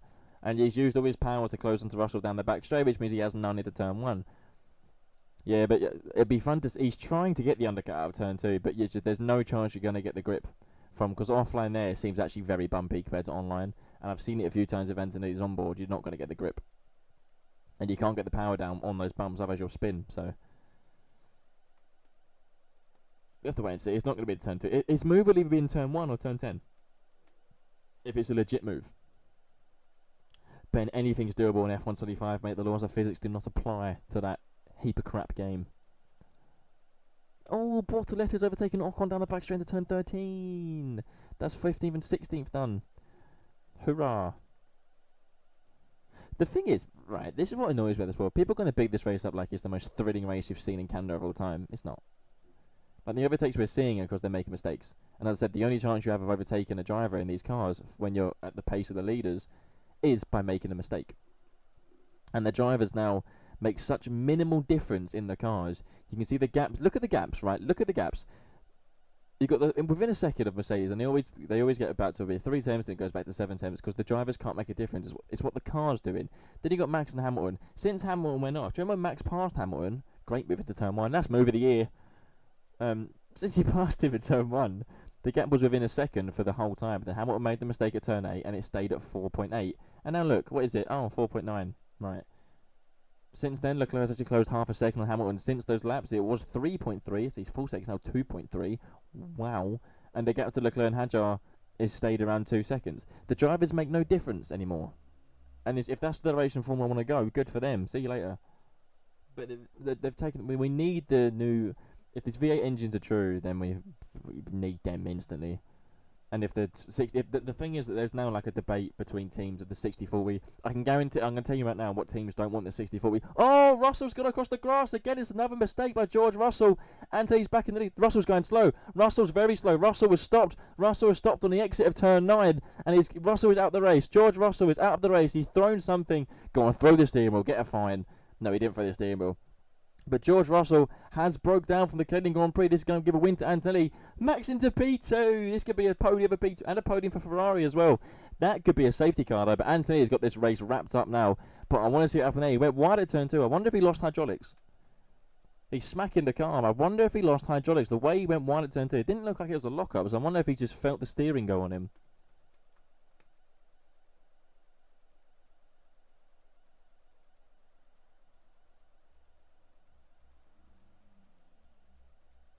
I bought a VSC. I thought it'd be a full safety car, but it's a VSC. That's exciting, isn't it? Something's happened again. I wonder if that's a power. I do think a hydraulic. By the way you went over the track, I do think that is hydraulic. Yeah, McLaren needed a full safety car. I'll tell you that. Oh, George, what are you going to do? I think you ran out of battery. Just plug it in, mate. Max on the restart. Oh, Max might send it just to try and lead for a lap. But Anthony is just a psychotic. Oh, Dua. Russell's broke down. Yay! Yay! Yeah, you might have heard that in the background. That means Max is second. I mean, I don't know. Why is it not Mercedes? Well, because one just. McLaren. Well, McLaren started on the wrong tyre, so they were at the back. One Mercedes being Russell just broke down, so he's out the race. Max overtook Hamilton and is now second. He has no chance to win though, but you know. Anyways, yeah, I agree. Anyways, that's positive. There we go. Nice. Wait till I have my camera and then they'll see that. Yeah, I'm live.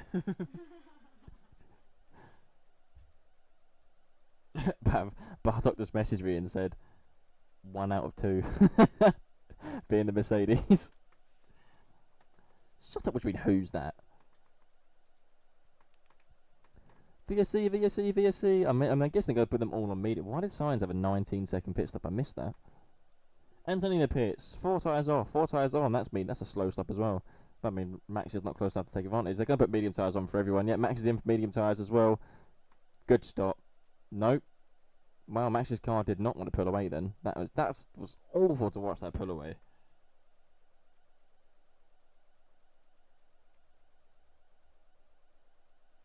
What lap are we on? 32. Oh, we're almost halfway, lads. We're almost there.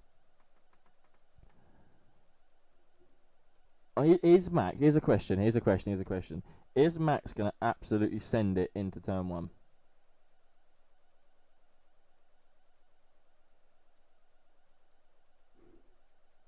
Listen, say you want. Franco is P6 and pit. Did he pit? He did pit. He's on hard... He's going to the end as well. He's on hard tyres. Can I see... I want to see a replay, though, of what happened to Russell, because there's still smoke at the back. I do think that was hydraulics. And again, if I'm right, tap me on the back. Max is going to send it anywhere he can. Yeah, I know. He doesn't care if he finishes second or third, does he? If he either win or bin. On board Russell. I want to hear this. Everyone shush.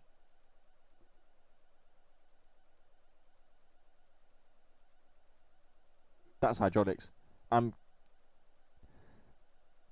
They say loss of power, but the fact that he didn't change gear either, so that, I mean, it could be like the engine did just shut off actually.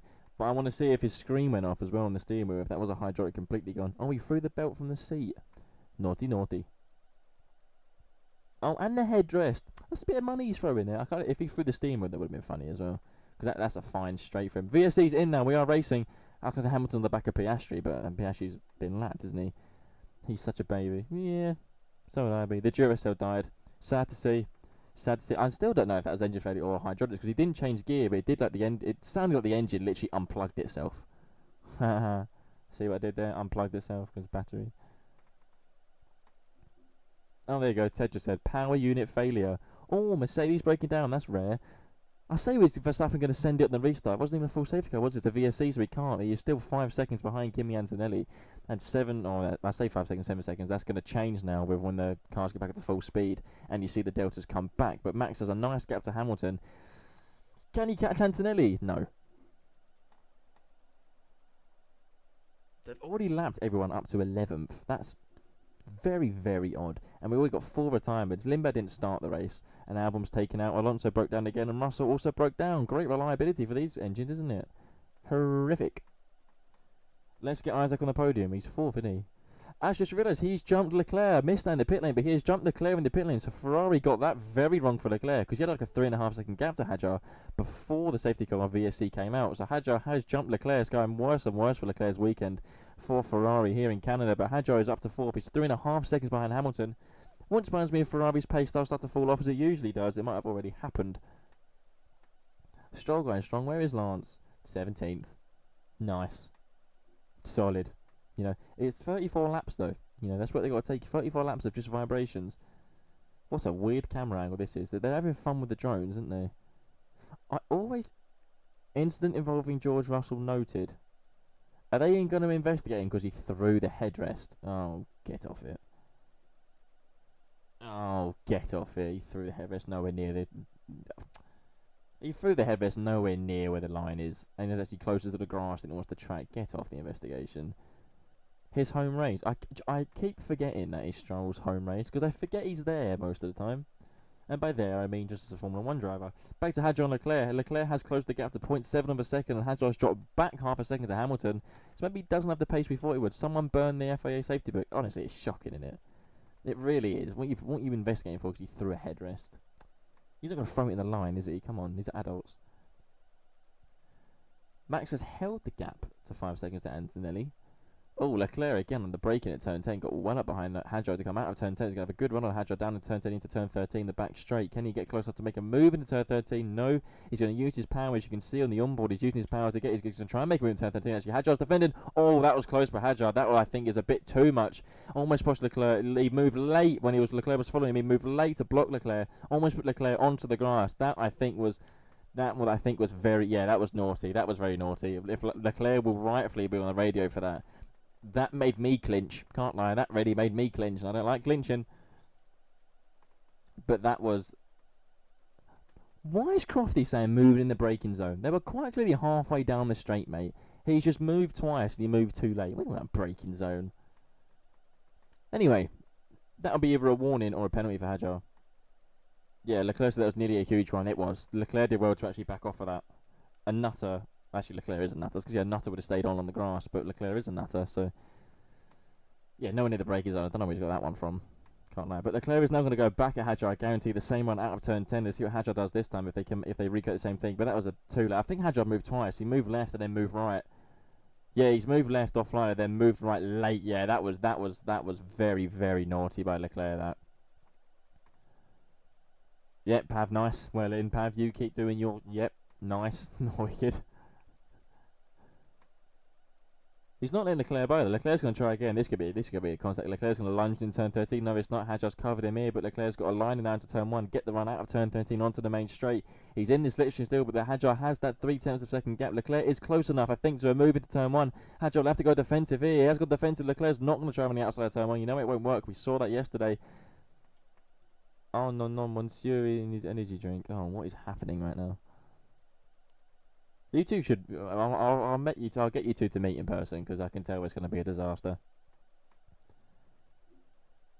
I do like the helmet cams. It always makes me appreciate what they do when they used to be in proper cars.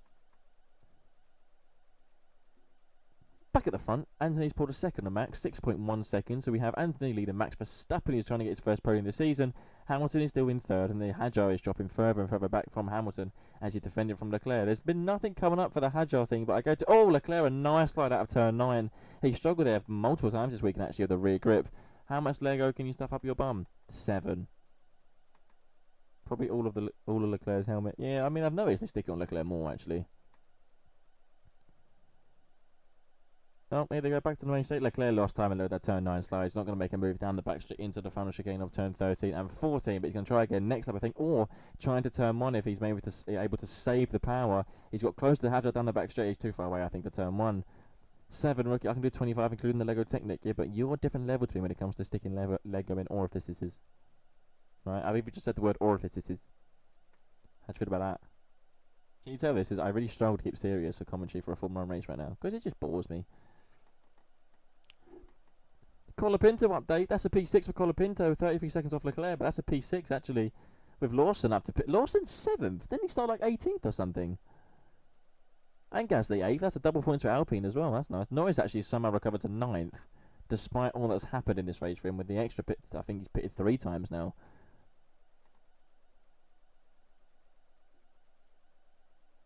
Oh, Norris is now actually 8th. He's just got Gasly down the back straight into turn 13. So that's P8 for Norris. He's been a good... Norris has the pace, I think. I don't think he would have competed with Antonelli, but I think he would have been within 2-3 seconds of Antonelli. So the McLaren really shot themselves in the foot with that one. We congratulate him for sticking 25 bits of Lego up his ass. And a Lego Technic. Yeah, Norris can finish P7 at best. Yeah, I mean, he's done well to get that, in fairness. Considering what McLaren did.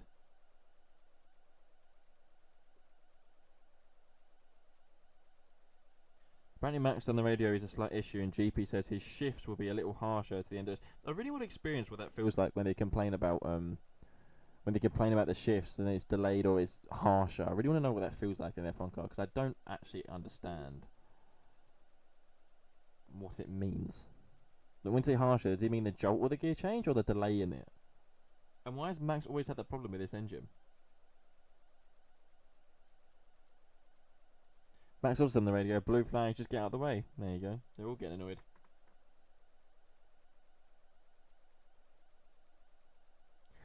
No, Brundle, they're not going flat out, because you can't go flat out in these cars because the engine in the car restricts you from doing that. Thank you for my TED talk.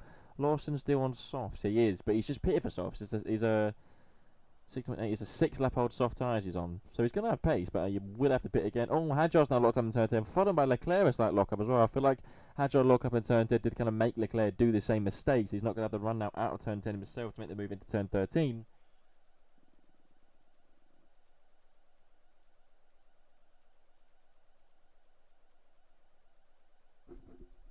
Oh, headbutt the mic again.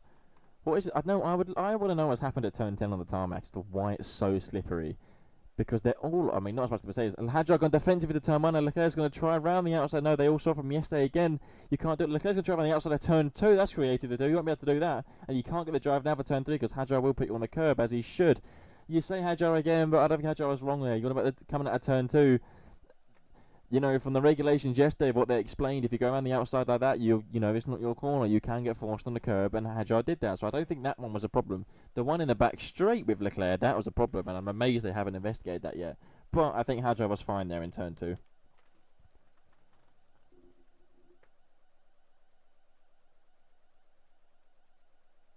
Anything else happening? Piastri just got no pace, is he? He's 9 seconds behind Behrman. He really has no pace. And he's on 25 lap-old mediums, and Behrman's on 7 lap-old mediums, and he's nothing. Norris P6 end. You think he's catching Colapinto? I'd be interested if he catches Colapinto. I'd be actually surprised if he does. Colapinto's pace isn't that bad. Back down the back straight. Leclerc's now going to go around the outside of Hadjar. Hadjar's got no answer for that. He's going to go to the right defensive. Leclerc just sweeps around the left side of him and has the move done before the braking zone into turn 13 and 14. As they go back onto the major, Leclerc up to P4. That's a Ferrari 3-4. It's a Ferrari third and fourth. That's what I meant to say. That Red Bull rear wing, that's a mad gap. I know, it's gape. It is. It's something. Ferrari made the boomerang ring and Red Bull elevated it. I don't think it works very well for them because the car's not good.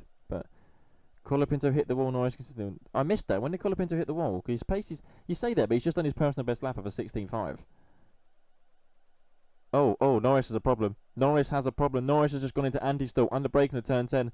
That's going to be Lando Norris out of the Grand Prix. He pulls to the side of the track at the runoff into turn 10. The onboard one of them. He's in anti-stall. He's got no drive.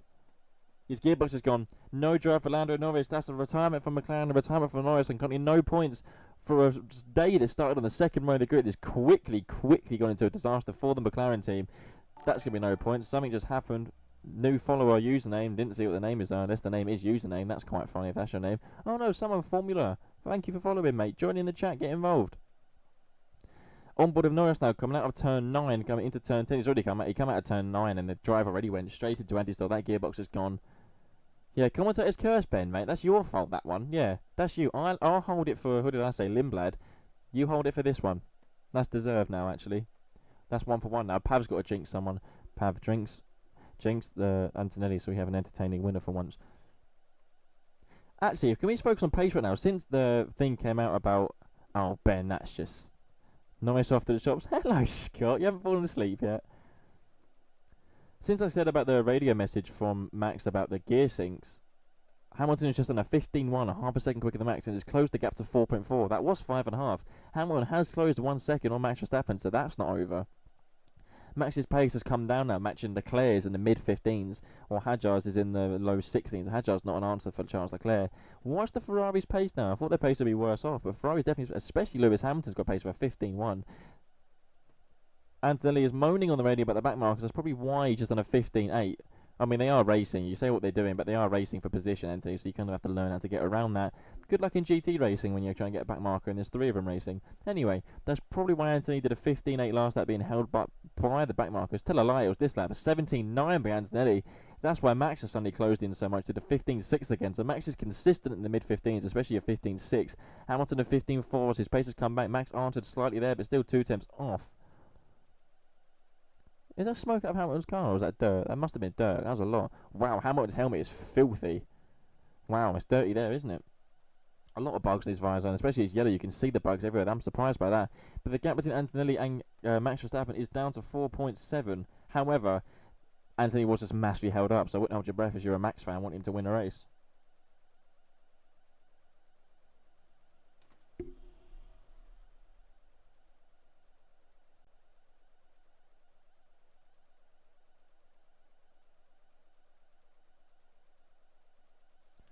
Pick up Colapinto actually, Pab. Yeah, you bigged up Franco Colapinto, didn't you? And actually, he's still P6. He pulled the gap as well to Lawson. But Lawson's on softs and Colapinto's on the hards, and he's pulled the gap. Actually, he's doing very well in 6th place. He's got to keep going. Keep doing what you're doing. Since he got a relationship, since he got a woman, he's been a different driver altogether.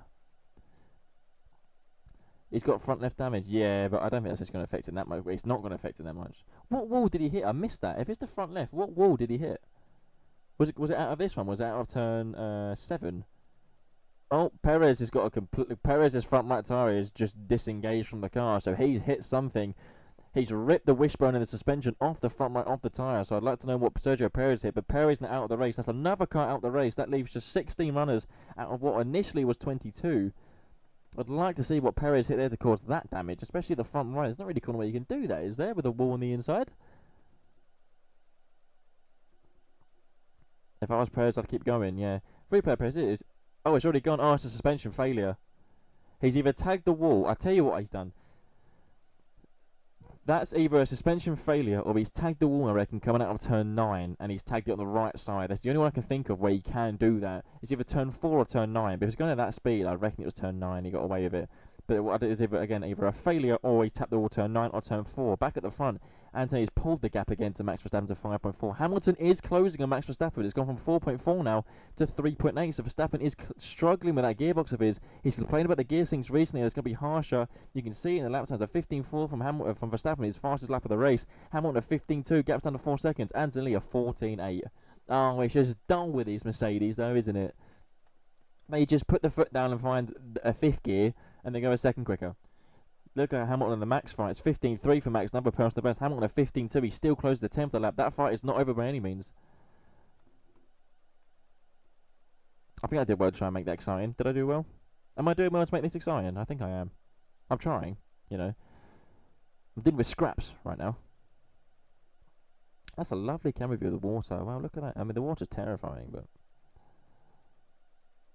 Oh, Total Wolf hugging George Russell. Well, it was your engine that broke down. Don't know, I should continue chatting, you plum. No. I will ask when I want to ask. This race is not as fun as I want it to be. Oh, that's nice. Russell still took a selfie with a fan or signed an autograph. That's nice, isn't it? Wow, well done. Gap between Max Hamilton update 3.7. He closed another 2/10 this lap from Hamilton. He's really got pace actually on the medium tyres. They're on the same length tyres. Isaac Hadjar, a 10-second penalty for Hadjar. That's going to be for the move down the back straight on Leclerc. That's the 10-second is a strong one as well. But he was going 200 miles an hour, or with these cars 180, and almost put Leclerc in the wall for an airplane crash. So actually, you know what? Valid. I agree with that. He moved far, far too late. Lap 45, 23 laps to go. Hamilton's close to 3.6. That lap, Verstappen a 15.5. Hamilton a 15.2. He's comfortably quicker than Max, lap in, lap out at the minute. Max has to look in his mirrors, I reckon, in about 5 laps' time to see where Lewis Hamilton is, because he is coming. Gap between Colapinto and Lawson, still 13 seconds, actually. Colapinto says his lap times have dropped since we noticed the front wing damage. A 16.9 is quite off the pace, considering Gasly on the same tyre did just do a 16.2, so that's 7 tenths quicker, so maybe Colapinto is going to start strong. And Piastri won't even get points. Well, he's 5... Okay, he won't actually. He's on 31 lap old medium, so he won't get points at all. Unless someone in the top 10 breaks down. 6 cars is a lot for timers nowadays, actually. Oh, I thought Antonelli was going slow then as he came out of turn 10. He wasn't. It's just the way the camera looked. Hamilton got the gap down to Max to 3.2 seconds now. Keep an eye on that one. Stan Piastri has 10 seconds as well. Oh yeah, he does, the need for Albon. Yeah, he's done. Plus, he's going to have to pit again, I think, so he's just done for anyway. What in the world's happening here? Is that the crowd around Norris? Oh, it is the crowd around Norris. What did I do my head in all those people? I couldn't even see Norris in that bundle of people. I'd hate that. I bet you regret stopping the car there. I would have tried to carry on. Go down the back straight, being safety car out. 18.5 for Sainz. What just happened to Carlos Sainz? Colapinto's now brought the pace back with a 16.2. There's a VSC for some reason.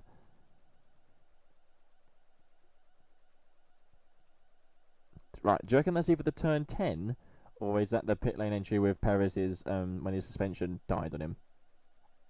Still haven't seen the replay of that, so I don't know if he did tag a wall. I want to see if I'm again correct. Pit lane entry closed. Yeah.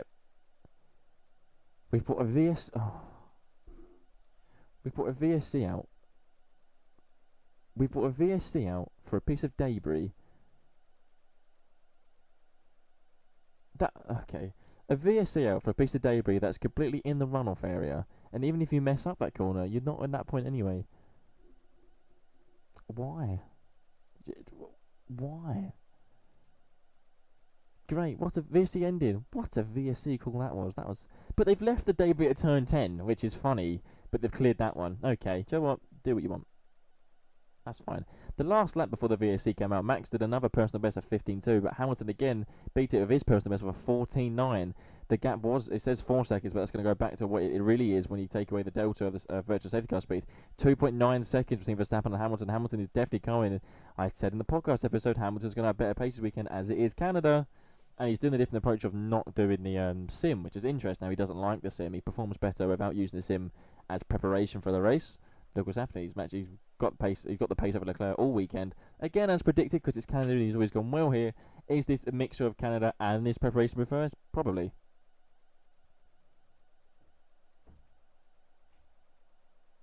Why is Hadjar now just 1 second behind Leclerc? I mean, he's got a 10-second penalty, so frankly it means nothing. But there's always been like that. Has Hadjar just really got... Oh, I say that, he's just run wide at turn 6 and lost a lot of momentum. So, okay, there's a lot of commentators curse in this one. Come on, Scott, curse someone. I've cursed someone, Pav's cursed someone, Ben's cursed someone. Whoever else in the chat, let's just see what we can do.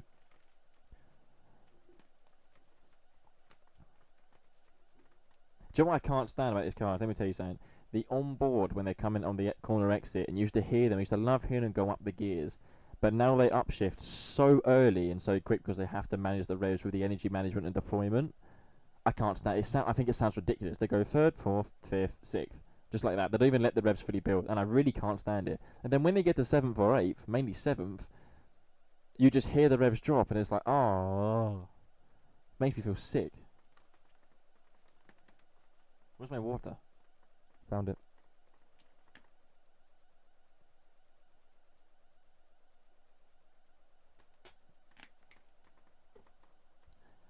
Max Hamilton update. Both do 15.4 last lap. 3.0 now the gap between those two. Oh, here's the move from Leclerc on Hadjar. Oh, so Leclerc did just make the move on Hadjar himself after the pit stop. Down the back straight again. He's finally... Oh, no, that's the 10-second penalty award. Okay, there's that done. Yeah, I mean, it's a slam dunk, isn't it? Bottas 5-second IMG. That's so... Yeah, what did Bottas do, by the way, to get a 5-second? Do we think Max can close the gap? Ben, could I make a better meal than you? The answer is no. People who don't know, Ben's a chef. So, and I'm not. I can make a bowl of cereal. Hamilton's got the gap down to Max to 2.5 this lap, so he's pushing on this lap, unless Max is getting held up by Gasly. This is going to be a dreadful lap time. I think Max might have ran wide somewhere, possibly turned 10, but this will be a dreadful lap for Max, and Hamilton is closing, pushing on and on. They've got just under 20 laps to go now. Bottas became a Valtteri. Battery Bottas. Max a 15.4, Hamilton a 14.9, so it wasn't a bad match on that. It's been his usual consistent mid-15s. It's Hamilton just rapid right now. 49 is quicker than Antonelli that lap as well. Now, I'm not going to act like Antonelli was pushing, because he's not, because he doesn't have to. But Hamilton is quick. That's 7 times quicker that lap than Leclerc himself. So Hamilton is closing on Max. That's one to watch towards the end of the race. 7.4 behind the leader. Max still 5 seconds. Again, Antonelli's not pushing, is he? He just isn't pushing. Piastri's falling away from Behrman. Yeah, it's odd there. I wonder if he got damage from the touch with Albon. Because Piastri's doing 16.4s, which is slow. I mean, again, 35 lap on mediums. But I wonder if he did get a bit of damage on the bodywork, or if something's got lodged underneath into the side pod or the floor. Because he did just pierce Albon's side pod, which was something. Who are they lapping now? Hamilton's just lapped Gasly. God, they're lapping Gasly and Lawson at 7th and 8th. I forget it's such a small track, isn't it? Hamilton is about to lap Pierre Gasly on the spread. The next one to lap for Max is going to be Liam Lawson. See, they're both in day with you. You can't say Max is losing pace because of the back marks in front of him. No, they're both losing pace. Oh, no, sorry. He's just losing pace overall because they're both in traffic. We'll keep an eye on this time over the line now as they start lap 50 for these drivers. Max Verstappen a 15.5. Again, a mid-15s consistent. Lewis Hamilton 15.1. Even when lapping the back marker, he's 4 tenths clear. That's going to come on to the end of the race. That's definitely going to close the gap. That's going to be a scrap towards the end. That could end in tears. Always ends in tears with them, actually. But Brundle just said it. Max has struggled for pace since the mediums came on. And that's very true. He's not been able to go below. I think he did a 15.2 once. And since then, it's been between a 15.4 and a 15.6 in that game. In that gap, sorry. They said to Leclerc, Lewis picked up the pace of 15.0. Leclerc said, let's stop speaking until the last lap. Yeah, Leclerc's not been a happy boy this weekend. He says it's the worst weekend he's ever had. And considering he's had some horror weekends where he's stuck in a wall, that's quite a statement.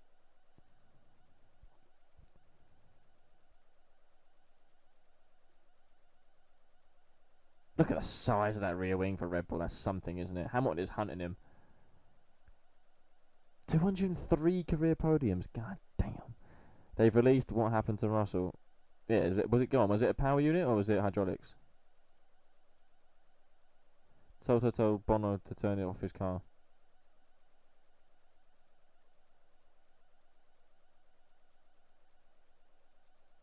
What?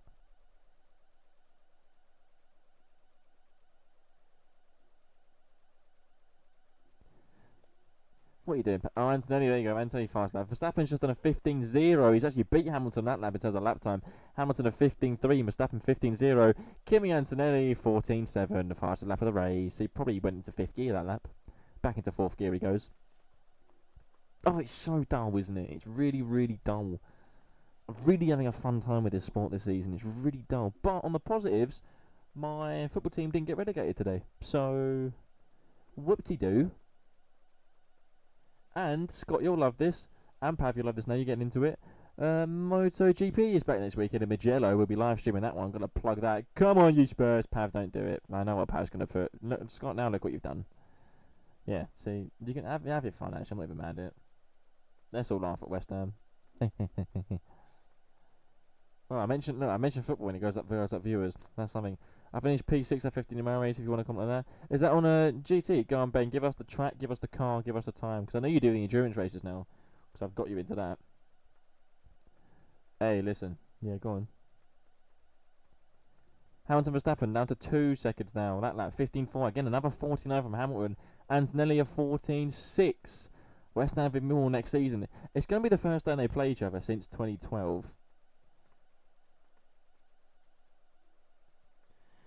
Verstappen's on the radio. My tyres are cooling down. It's shite.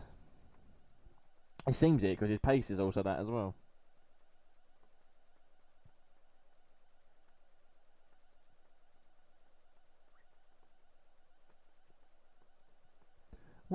Hang on, how did the topic of Ben's sprint endurance race come up? I actually forgot what I said before. You just want the attention. I get it. I see what you're doing. Fair play. Fair play. Saint Croix B River. I have no idea what that is.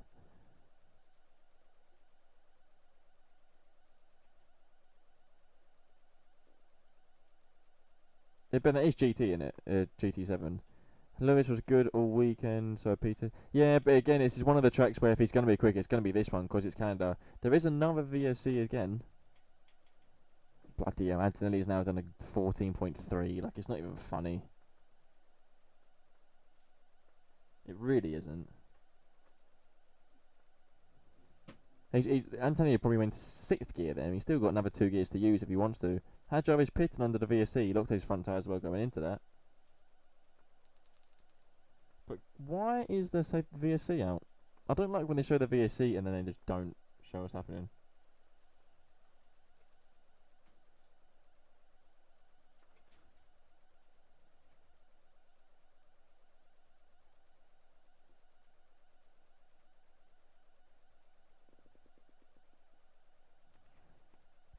Oh, Hadjar is serving. Sorry, I got distracted there by my phone. Hadjar has now served his 10-second penalty. I think he'll stay in 5th, really. Colapinto's not going to get anywhere near, and Colapinto's on it turn 10. So it's a smart move from Red Bull to serve that penalty then. Anthony, before the VSC, in case you want to know, did pull the gap to Verstappen to 7 seconds, just proving how the Mercedes can just put their foot down a little bit more, and they'll put a second. How entertaining is that? Piastri also coming in. Again, it's the right time to serve a 10-second penalty if you have it. Of course, no one can touch the car for those 10 seconds, but Piastri's race is done anyway. He'll change tyres as well now. And Hadjar's race also will be in the middle of nowhere. Can we have a view of why the VSC's out, please? We've got a replay of Piastri when he's at Albon. He goes down the move, then the inside of a Haas to turn 10, and then lock the front right and into the side of Albon. So actually, Albon, complete passenger. And I bet he does have damage to the floor, Piastri, because he was a big whack on the side of the Williams.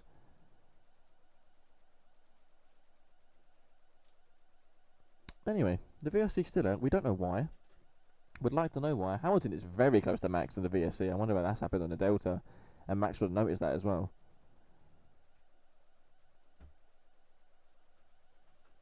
Could be going because they're going at slower speed, so it looks like it's closer. But anyone ever have a clue? Go on, let's have why the VSC is. Let's have a guess.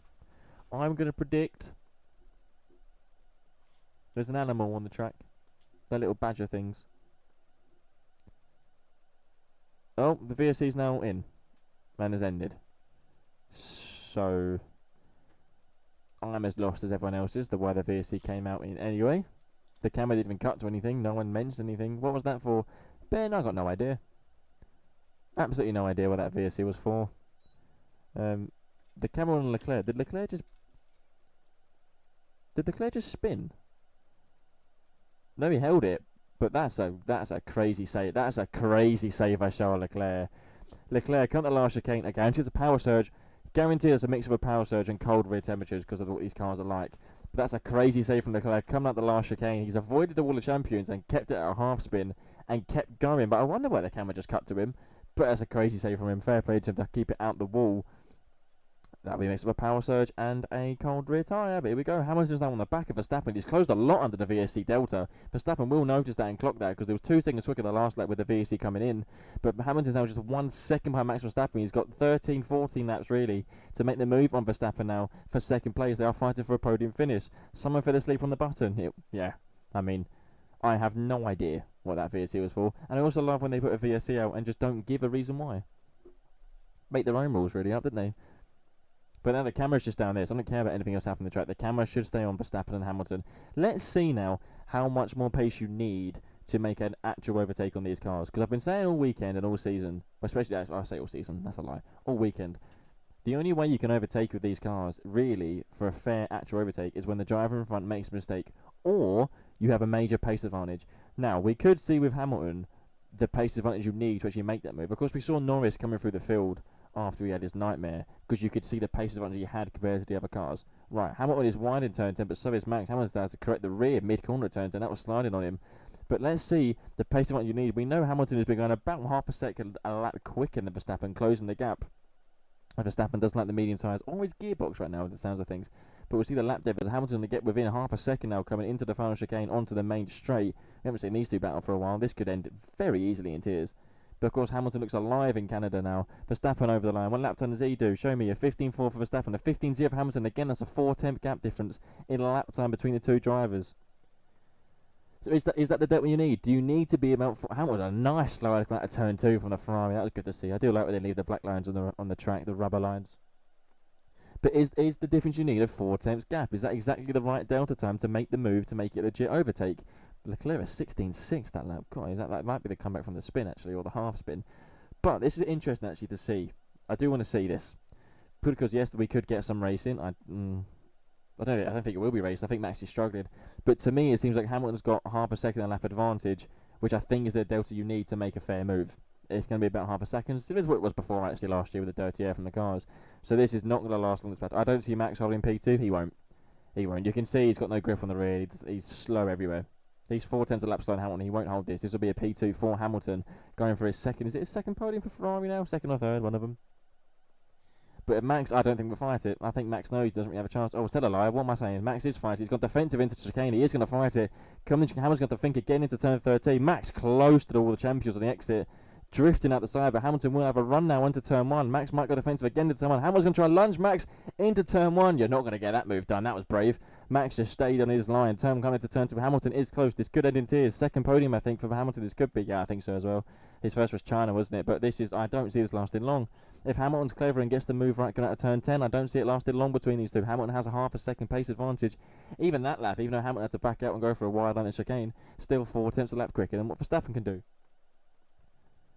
But they've got to be careful, though, because these two are rare podiums, especially with Verstappen. He's not going to get a lot of podium chances this season, and this is one of them. So you've got to be careful of how he defends. But we know what these two are like. Look how much they close at the end with this extra boost thing. Oh, I pray this don't end in tears. So do I. I'd like to see these two both for the podium, Ferrari as well, and Max. Did Max clip the wall? Oh, that was horrendously close to the wall of champions. And a nice drift come out. I did see that live, and I thought we yelled that well. We go again, coming out of turn 10. Max has a slipstream from the back marker, so Hamilton won't be able to make a move this time into turn 10. Max is going to cover it anyway. Hamilton's going to make a surprise maybe to turn 10. No, it's his front wing sparked along the track then. But Hamilton's going to have a nice run out of that chicane down the main straight now. Max is starting to weave, wants to move the stream. He's made this one move now. He can't go defensive, going straight again into the braking zone. Hamilton's going to try and make a move into turn 1. No, Max has covered it again. Hamilton's too far away to make a move. The gap to Antonelli is 8.2, so they have the gap behind as well to Leclerc to 18.4. This is just these two now, wheel to wheel. As we said, Hamilton has about half a second pace advantage to Max. If he gets past Max, I don't see how Max can come back and fight with him. Purely because of the difference in pace delta. But Hamilton, I mean, they're both experienced. They're two most experienced drivers in the grid, two of the best of all time. They'll know where to place their car. This is why we watch drivers like this go wheel to wheel. But this is interesting to see how much delta you need. As I said earlier, Hamilton clearly has the advantage now, but he's got to place his car perfectly and time his booth perfectly. This is why I think he's got to get turn 10 right. And again, when you get this close, you have to, even with 4 tenths, 5 tenths a lap difference, we're still seeing you need the driver in front to make a mistake to have the opportunity. Both of them now turn 10. There's not the mistakes earlier when they were locking left, right and centre, which actually I look back on was scrappy by the two. Hamilton saying he needs more power, mate. So it says, it comes to the point. Even if you have a half a second advantage, you can close the gap. You still can't overtake, though. You need the driver in front to make a mistake under braking. Max has not done that yet. As we come to turn 13, Hamilton closer to Max coming out the last corner onto the main straight. The gap is 3 tenths of a second, up to 5 now under braking. But Hamilton might be close enough to make a move into turn 1. I spoke quick then. I even clocked myself there. Hamilton far too far away for turn 1 move there. They're going to turn 1 at quite some speed still. I'll give them that. Turn 2, Hamilton is still in the slipstream of Max Verstappen. 4 tenths of a second now as they come out of turn 2. Another drift by both drivers. Only if they were driving actual racing cars. This would be entertaining, wouldn't it?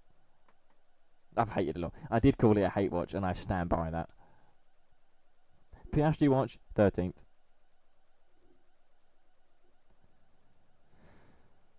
See, all weekend, Max has been quick in sector 1, and he's just pulled the gap to 9 tenths. So he's pulled 3 or 4 tenths there in sector 1 alone. And Red Bull were getting purple sector 1s throughout qualifying, but they can't hold the pace for the end of the lap, which is interesting, which tells me their chassis works.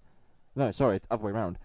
We know their chassis is a dog, so I'm actually interested as to why they're fast in sector 1 and why they can't carry the speed. Again, both drivers now turn 10. We're going to have another run down the back straight.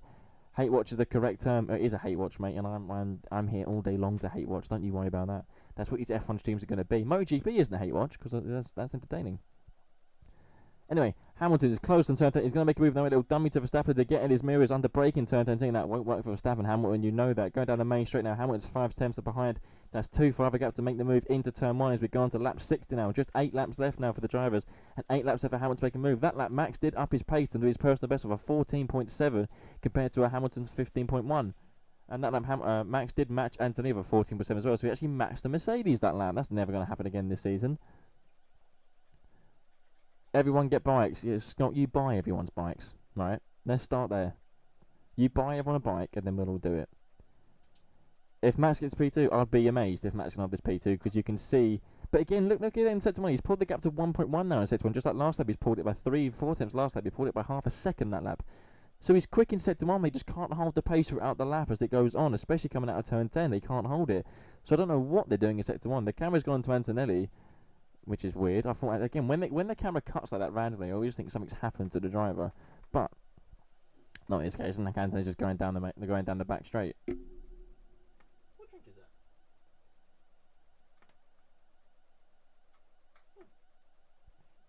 Water. Is that tap water as well? No, it's tap water. Some of that one? No, it's this. Oh, is it? Oh. I thought it was tap water, I can't know. Sorry, we're discussing tap water right now. As again, we go to the main straight. Shock horror. The gap 6 tenths over the line because you need the driver to make a mistake. That lap, a 14.8 from Max, a 14.7 by Hamilton. They're matching pace now. Antonelli, a 14.4. He didn't even push. Is it bad? I keep saying it's kind of obvious, it's kind of predictable what's going to happen when you've got drivers at this pace, at this level, that you need them. I was saying it all way in the sprint race. I'm saying it all race. This one, you say if Max gets his P2, it'd be a good drive to hold it, but at the same time, he's doing exactly what he needs to do. He just needs to not make a mistake and keep this pace, and Hamilton won't make the move. Let's ignore Kimi because that's done and wrapped. Yeah, let's just ignore what Mercedes are doing. This is for the win. Is that what you're saying? This is for the race win. P2 and P3. Let's make it P1 and P2, shall we? That would be more entertaining. Oh, the commentator just said Max, since his rookie year in 2015, has not gone 5 races or 6 races to the start of the season in a row without a podium. Well, he's in course for that, but come out of turn 10 now as a yellow flag again. Where's this yellow flag? I want to see this one. Hulkenberg at turn 1 and turn 2. So if Max can hold the position now, Max is going to go defensive in turn 13. He has to. Under braking. I love the way the camera darts like that when they go from right to left under braking. Yellow flag has gone, so the move could happen. They're going to lap an Alpine here of Colapinto. Max is going to beg Colapinto to get out of the way. Hamilton's close now down the main straight. Max will have to go defensive. Hamilton's got him before the braking zone. There you go. There's the move done. Didn't even have to do it on the brakes. Did it way before the braking zone. Max had no chance that. That is Hamilton P2. Max P3. I don't think Max will be that mad at that, to be honest, because I'm particularly surprised on the podium anyway. But that is Hamilton showing the pace he's had. You'll see now the absolute pace difference that Hamilton will show. He's going to put half a second on him. You've got 2 of the best drivers on the grid battling out. Yeah, but it's not the battles we want to see, though. That wasn't... I mean, in fairness, it was a good overtake. He did actually do it. I was wrong a bit. He did do it on the brakes running outside because Max knew he didn't have a chance to do it. So it was a good battle, but it's not quite natural still. Antonelli, that lap, a 14.3 fastest lap. I now want to see the gap Hamilton pulls and how much power Max uses down the back straight to try and get the move back. It's repeat. Oh, Hulkenberg with a half spin. Oh, no, tell a lie. Full spin. Rear went on the brake. I've done that on F125, mate. And iRacing. Let's appreciate Max and Lewis fighting again. Yeah, with Pam, I agree with that. I do enjoy watching them do it because it's actual races in the car. Yeah, I mean, the move was done actually before the braking. So I was right first time. The move was done before the braking. But still, I do like watching them when they're close to that and when the cars dart from one to another. Going down the back straight, they're showing replays. Max is 3 tenths behind Hamilton, but I guarantee he used his boost going onto the back straight. Sorry, Verstappen just far too far into turn 1. He's going to make a move. Verstappen's going to try turn 1. Hamilton covered it defensive. Max was close that lap, actually closer than I thought he'd be after the first lap. He's almost bumping Hamilton into turn 2. I thought he was going to make the move. What's iRacing like, Stan? Ben, iRacing is great but expensive. And I cancelled my subscription. I got to like a A license for single seaters and a B on GT. And it's difficult. iRacing is difficult, and the physics are aggressive. It's just too expensive. It's a subscription thing, a monthly thing to keep it. Then you pay for every track and car. Get on Le Mans Ultimate. That's the one it's at now. Hadjar's pitting again. Not quite sure why Hadjar's pitting again. He's got a stop-go penalty. I wonder if someone touched the car. I wonder if someone touched the car when he served his 10-second penalty on sub 2. No thanks. Yeah, Ben. It's not. That's the reason why the reason the pro drivers use it is because it's nothing to them, but it's very expensive. Coming out of turn 10, Max is 7 tenths now behind Hamilton. That might be the gap, that fight done and dusted now. Can he close the gap with the power he's going to use? Hadjar has just served the 10-second stop-go penalty. Is that going to give Colapinto a chance to get P5? No, he's well ahead. Yeah, Max nowhere near down the back straight now to catch Hamilton back. That's going to be that fight done and dusted. You can see the pace Hamilton now will pull away. As we go on to lap 64 out of 68, Gasly P8 still, Lawson P7, a good drive from Lawson who's on the 31 lap old softs. That's a great drive from Lawson. And Colapinto again, a 15.7 by Colapinto on his personal best. 6th place still is a good race for Alpine. I forgot Piastri is still driving. Oh, Hamilton's, they're both drivers. See, these are pushing now. You can see when the drivers are pushing in these cars. Both drivers pushing out of turn 3 and 4, both sliding. But the annoying thing is, these drivers I think could do so much more than what the cars are allowing them. I'll stick my PS5 and get GT7 for now, then no. I think Le Mans Ultimate will come out on console at some point anyway, and it's definitely worth getting. Coming into turn 8, Verstappen is just 6 tenths behind Hamilton. He's wide at turn 8. There goes the momentum he's got for this lap. He did all that to build the momentum. You lose 4 tenths coming out of turn 8 and turn 9. The gap is now 9 tenths. That's not going to be able to apply from Verstappen this lap round then. So you have to be patient and try and push again. There's that. Oh, used all your boost.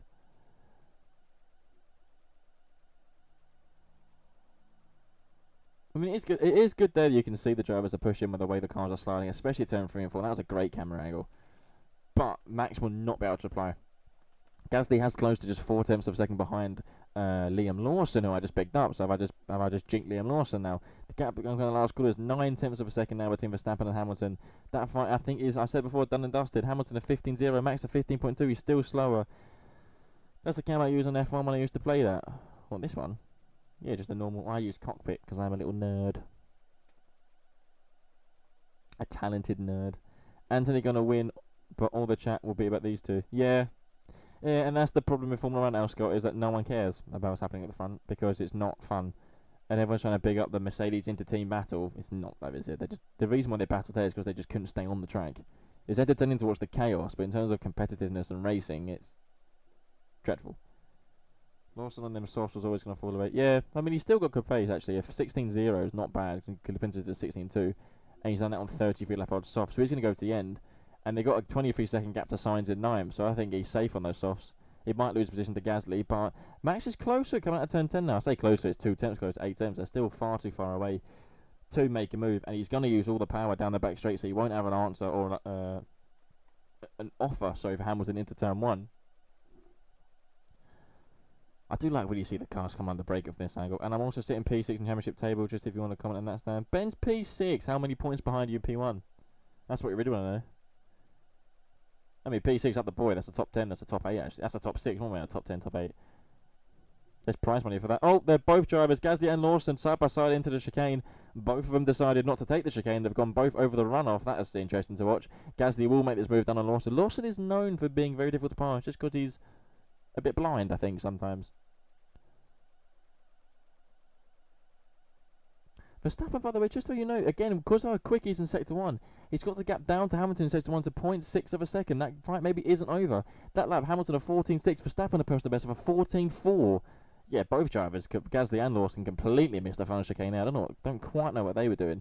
But we come to turn 10 now. Verstappen is closer to Hamilton than he was before. He's 17th. Hamilton's got a lap of back marker at Audi, who didn't really get out of the way for Hamilton's Bortoletto. He got out of the way for Max nicely, but didn't really help Hamilton at all.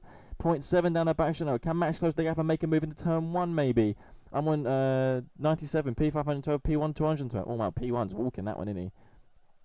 You get P5, that's only a 15-point difference. I don't know what you get for a win there. I'm guessing 25. Gasly went past the white line, Lawson cut it. Yeah, but again, that's typical Lawson, though, isn't it? Gasly did the run-off, but he'll argue he couldn't do the run-off because... Oh, Hamilton defensive into turn 1. Verstappen made a late dart to the inside. Hamilton covered it. But this fight is not. I thought Hamilton would pull away in the distance, but it turns out not. This fight is not over. Hamilton had to cover that. He's got the compromised line out of turn 2, so into turn 3. We have to stick with this. Hamilton will be close in the first sector. Let's see what we can do for turn 10 next time round, as Gasly and Lawson are still fighting for 7th and 8th. What I was going to say about Lawson not taking the run-off is he'll argue Gasly's car was there, so he couldn't. Yeah, Ben, I can tell he's an alien with 212 points. That's not bad. I say not bad like I'm a pro in GT7, I don't know. But if that's the gap between first and fifth. See, this is good to watch. This Hamilton and Max one is good to watch because this is. I do think they're outperforming their cars here, which is rare. If you enter a Le Mans 24-hour team made of current F1 drivers, who do you pick? Oh, Max well wide at turn when Max is well wide at turn 10. He stayed on the track, not like Russell and Antonelli earlier. Put all the momentum he built for that lap. He's just lost 6.5 tenths going into coming out of turn 10. So that's put Hamilton now easy at ease going into turn 13. Someone's locked up. That's Piastri locked up in the final chicane as they're catching back markers. But that could be that battle done and dusted now with that gap that Hamilton's built to Verstappen because of his error at turn 10. The only cars that haven't been lapped by Antonelli is the top four. How dull is that as we enter the final lap? Scott, I'll answer your question after this final lap just so we get the race win done and get this race out of the way. I'm amazed, Ben, you'll put Hamilton in the GT car because he's never raced one. That's a crazy shout, I think. And Pav, I'm amazed. Hamilton's never raced a GT car. You don't know what he's like. I agree with Max and Alonso. The third one I have to think about. Anyway, on the last, the cameras aren't cutting to Antonelli because no one cares. He's 10.5 seconds ahead of Hamilton. Max has got the gap back down to 6 tenths of a second. The moves up with the turn 10. He's not going to be close enough, I think, to make a move into turn 13 unless Hamilton makes a mistake. But the camera will now cut soon to Kimi Antonelli as he's coming round turn 10. Hamilton's got the slipstream. Piastri's going to get this is going to be satisfying for both of those drivers to lap a McLaren, especially after last year. Have that, mate. Camera cuts to Antonelli now down the back straight. He's 10.5 seconds clear of the ones behind with George Russell out the race. This is a home run for Antonelli. He's going to extend his lead in the championship standings. It's another race. It's another, I'm going to say it, a dull Mercedes win because it's predicted. Anthony does win the Canadian Grand Prix. The camera is also top left for Verstappen and Hamilton. Verstappen's not close enough, but this is going to be a podium for Hamilton and the first podium of the season for Max Verstappen. Great job from both of them, I think, actually. They made the race entertaining at the end. Hamilton comes across second. Max Verstappen in third. Both of them, I think, can be proud of that. They won't be happy because they're 11 seconds off Anthony, who was cruising. But Leclerc will come home in fourth. The only driver that's not lapped to the race is the top four.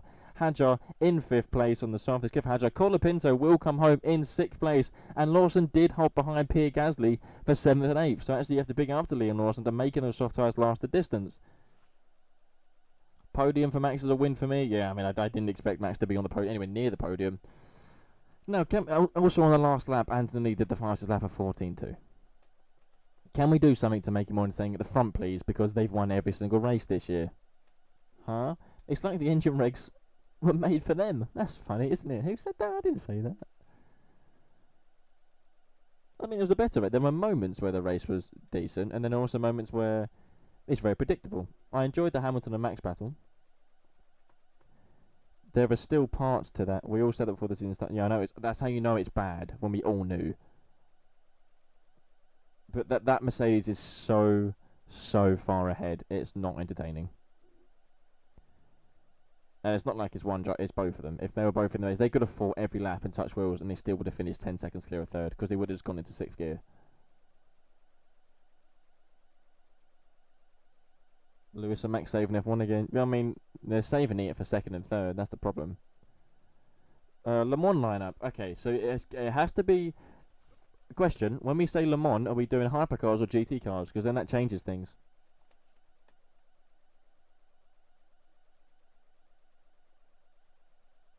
GT. Well, GT you put Max. And the next, we haven't seen the other drivers in the GT car. I would actually put Norris in one of the GT cars because he's got endurance racing experience, and I know he's tested GT cars. So I'd put Max, I'd put Norris, and I would put... Yeah, Alonso.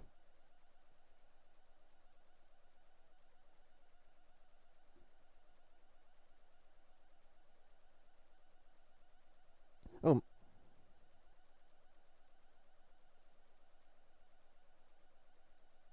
Oh, that's interesting. Max said, I mean, I kind of knew. He said he didn't have the tyre temp. Safe hands would be key.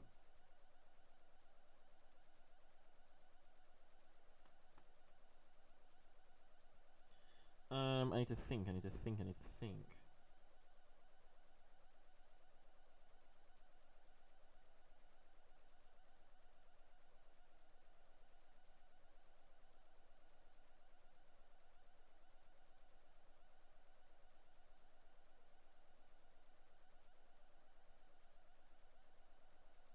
Here's a question. I still think that Mercedes cars are legal, by the way. The whole engine trick they did. And I will forever say that until it's confirmed to be it's not, because they haven't done the test yet. Because that's outrageous how far ahead they are. And to do the fastest lap on the last lap, bear in mind what he went through on the tyres as well, and he had back markers, it's ridiculous what they've done. But, you know, if you need to win by making the rules fit you, then you do that. What if it was hypercars? Again, it'd be Max. Hypercars would definitely be Alonso. Again, it'd be Norris, because he's raced an LMP car at Daytona. So actually, I stick the same. Norris, Max, Alonso. Nico Hülkenberg has also won Le Mans in a GT I'm gonna do that again. Nico Hülkenberg has also won Le Mans in an LMP car when he won it for Porsche in 2015.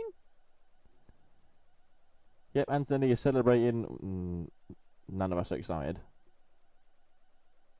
because it's dull. But big up Max and big up Hamilton for that, because they made entertainment for the last half of that race.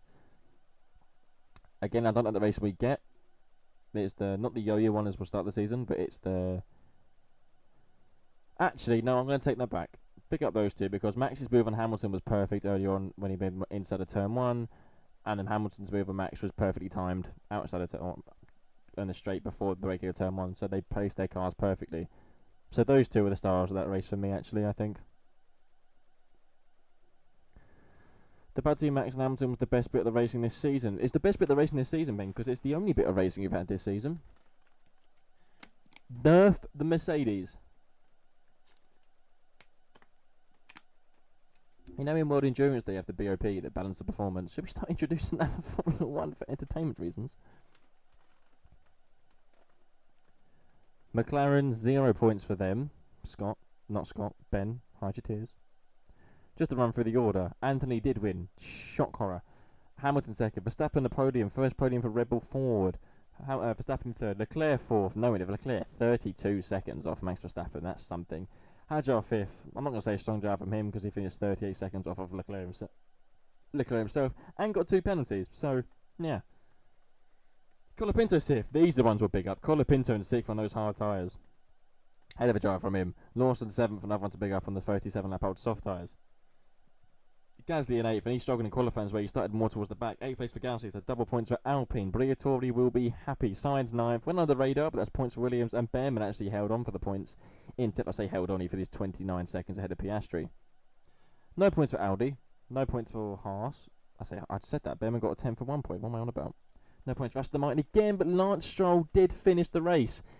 He was 4 laps down, so I don't quite know what we're going to make of that. But he finished the race. He didn't do 68 laps. He only had to do 64. What are we saying? I thought I'd never say this. Horner wouldn't stand for it. Horner wouldn't stand for what? Colapinto driver of the day held his own besides a wall tap. Yeah. But I'm actually going to give it both to Hamilton and Max because they provided entertainment which none of them could. And before anyone says, oh, but the Mercedes were battling. When your car's 25 seconds quicker than the next one, I don't care, really. You know, sorry. I said it. The Mercedes advantages and the fact the engine is illegal. Ben, are you accusing Mercedes of making an illegal engine? Yeah, I mean, they definitely knew more about the engines than the other teams did. That's why they were dominating 2014 onwards, because they had the engine info, because they basically wrote the rules out. But anyway, Horner will be fighting it at least. Yeah, I don't know why they all agreed to not run those tests until a certain race this season. I don't remember when it was. But it's far too late, and again, I don't care if they're fighting at the front. If you're that much faster than the other cars, and it's the same team, I'm not bothered. Am I bothered? Not bothered. Heikki Kovalainen, go on, here's a quiz. Heikki Kovalainen, here's 2 questions, lads. The winner of this question gets praise from me. How many races did Kovalainen win, and what was the race? No Googling. And they dragged in Heikki, they did. Come on. I feel like Scott's going to come out of a banger here. Come on, answer at the same time as well, no cheating. First F1 driver to take his first 4 Grand Prix wins consecutively. Boring. Very boring. We could win in that Mercedes, and I say that. We could win in that Mercedes.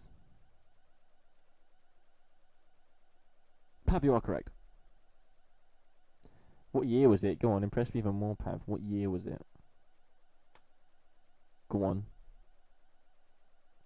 Say it. Easy. You got the hardest ones. The year's the easiest. Winner, winner, winner, winner, winner. Was when he was for McLaren 2012. Ben. Pav, you're correct. Ben. The McLaren 2012 lineup was Hamilton and Button. Just like it was in 2011 and like it was in 2010. Kovalainen raced for McLaren in 2008 and 2009. He won the Hungarian Grand Prix in 2008. I'll tell you why he won it. He was running in second with 3 laps to go. And then Felipe Massa, who at the time was fighting for the championship with Hamilton, Felipe Massa broke down with 3 laps to go down the main straight. A good one. A good, like, puff of smoke everywhere. And, yeah, Massa had to retire. Arguably, that's the result that lost him the championship in 08. Away from the controversy things, but that's the result that lost him the championship. And Singapore when he pulled the fuel hose with him. But he broke down the main straight at Hungary. Kovalainen picked up the last 3 laps and won by leading 3 laps. And then in 2009, he had quite a big crash at turn 9 in Catalonia where he went into the tyre barrier and just didn't come out of it. I know he tried. That's why I'm telling him what happened. I didn't judge him for getting it wrong. I did, but.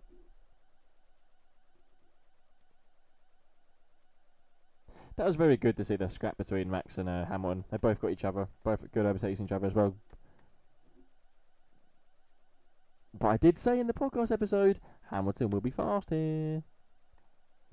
Was that the race where he got swallowed by the tyres? Yes, it was. Is Monaco next? Monaco is next. Oh, that's going to be a horrendous dog fest, isn't it? But Ben, you're forgetting. Yeah, gross. Agreed. I think it's the 7th. Is it the 7th? Let me check the schedule. 7th of June, 2 weeks.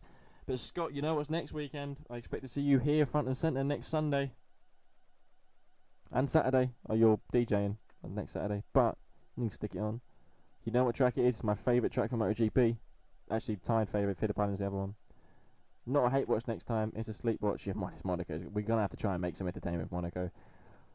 But, as I said, I'm going to plug it again. Next weekend we return to MotoGP, which is at Mugello, the Italian Grand Prix, which is the track I love. I'll be there with him on Saturday. We'll definitely tune in for MotoGP. Yes, you will, Ben. Good man. Remember, for MotoGP, we got the Saturday stream, the sprint race at 2 o'clock, and the Sunday stream, the main race at 1 o'clock. We have to be there for both of them as MotoGP. We love it. We love Mugello. That's 220 mile an hour on those bikes going to turn 1. The question will be, is Marc Marquez back to if Marc Marquez back? And the second question is he back to compete, and can he compete on that Ducati? I've got a Champions League final to watch. When is the final?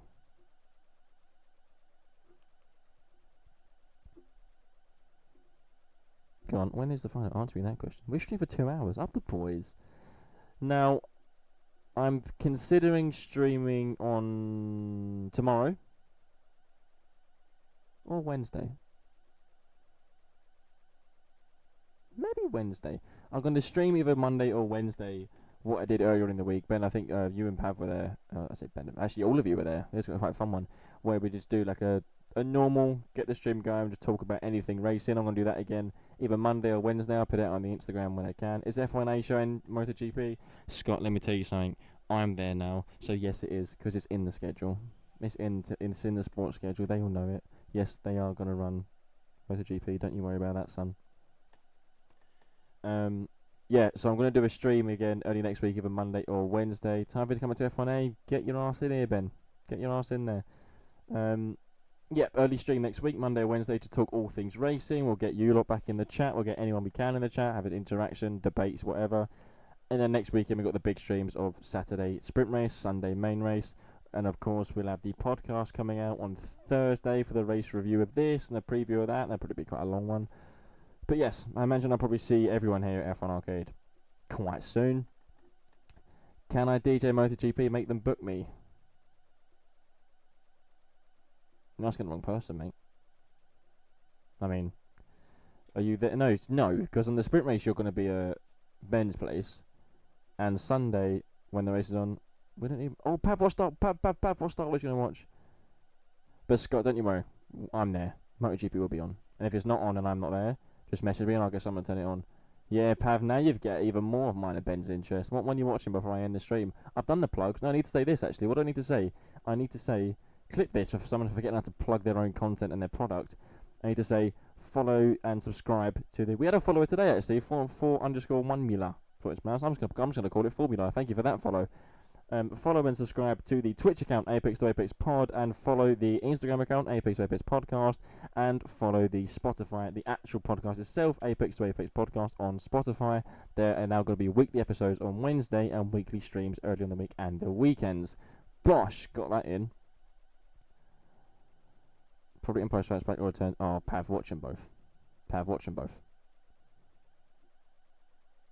Pav, just watch them both back to back.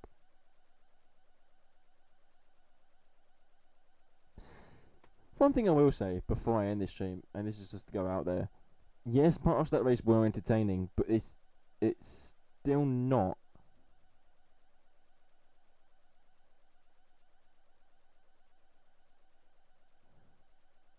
so I'm watching the Max Hamilton talk. It's still not the racing we want to see.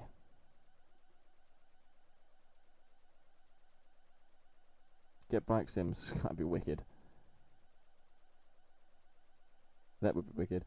Yeah, but so as I said, it's still not. Max and Hamilton were pushing to the limit of what they could do in their cars, but we want to see the limit of the drivers and the cars. I guarantee you that wasn't the limit of what the drivers were doing. They were just pushing to the limit of the car, and we want to see the limit of both. If they're in actual racing cars, I guarantee you see Max and Hamilton were drifting and pushing harder than what they have to do there. And that's the problem. It's limit of the cars, not limit of the driver. Anyway, hate what's done, you know.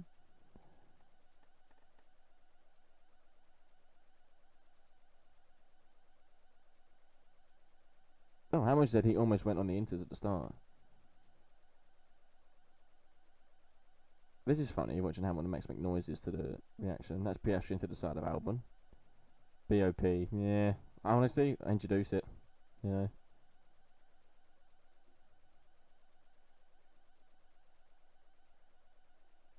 You can tell Max just don't give a shit no more. No, he doesn't. Because he doesn't enjoy that race. He'll like being back on the podium. But it's not natural racing, is it? It's not. Max wants to be the limit of what he can do.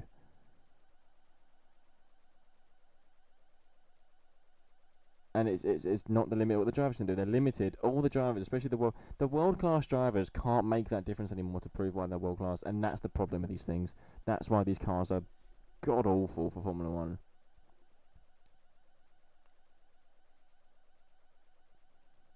And that's why I don't enjoy them. I don't enjoy them.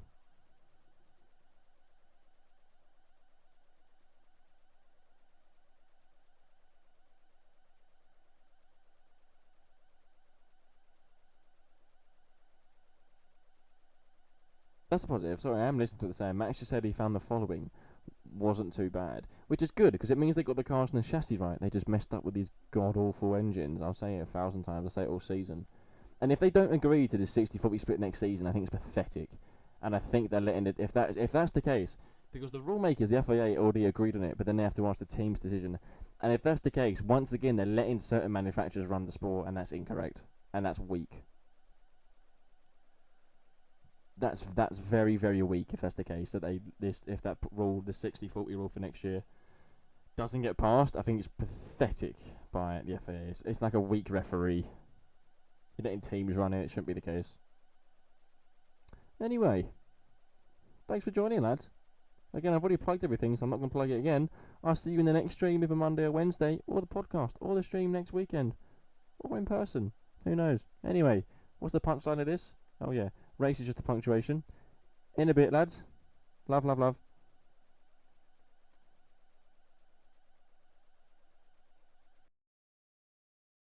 Pav, pav, pav, pav, no, pav, no, no, no.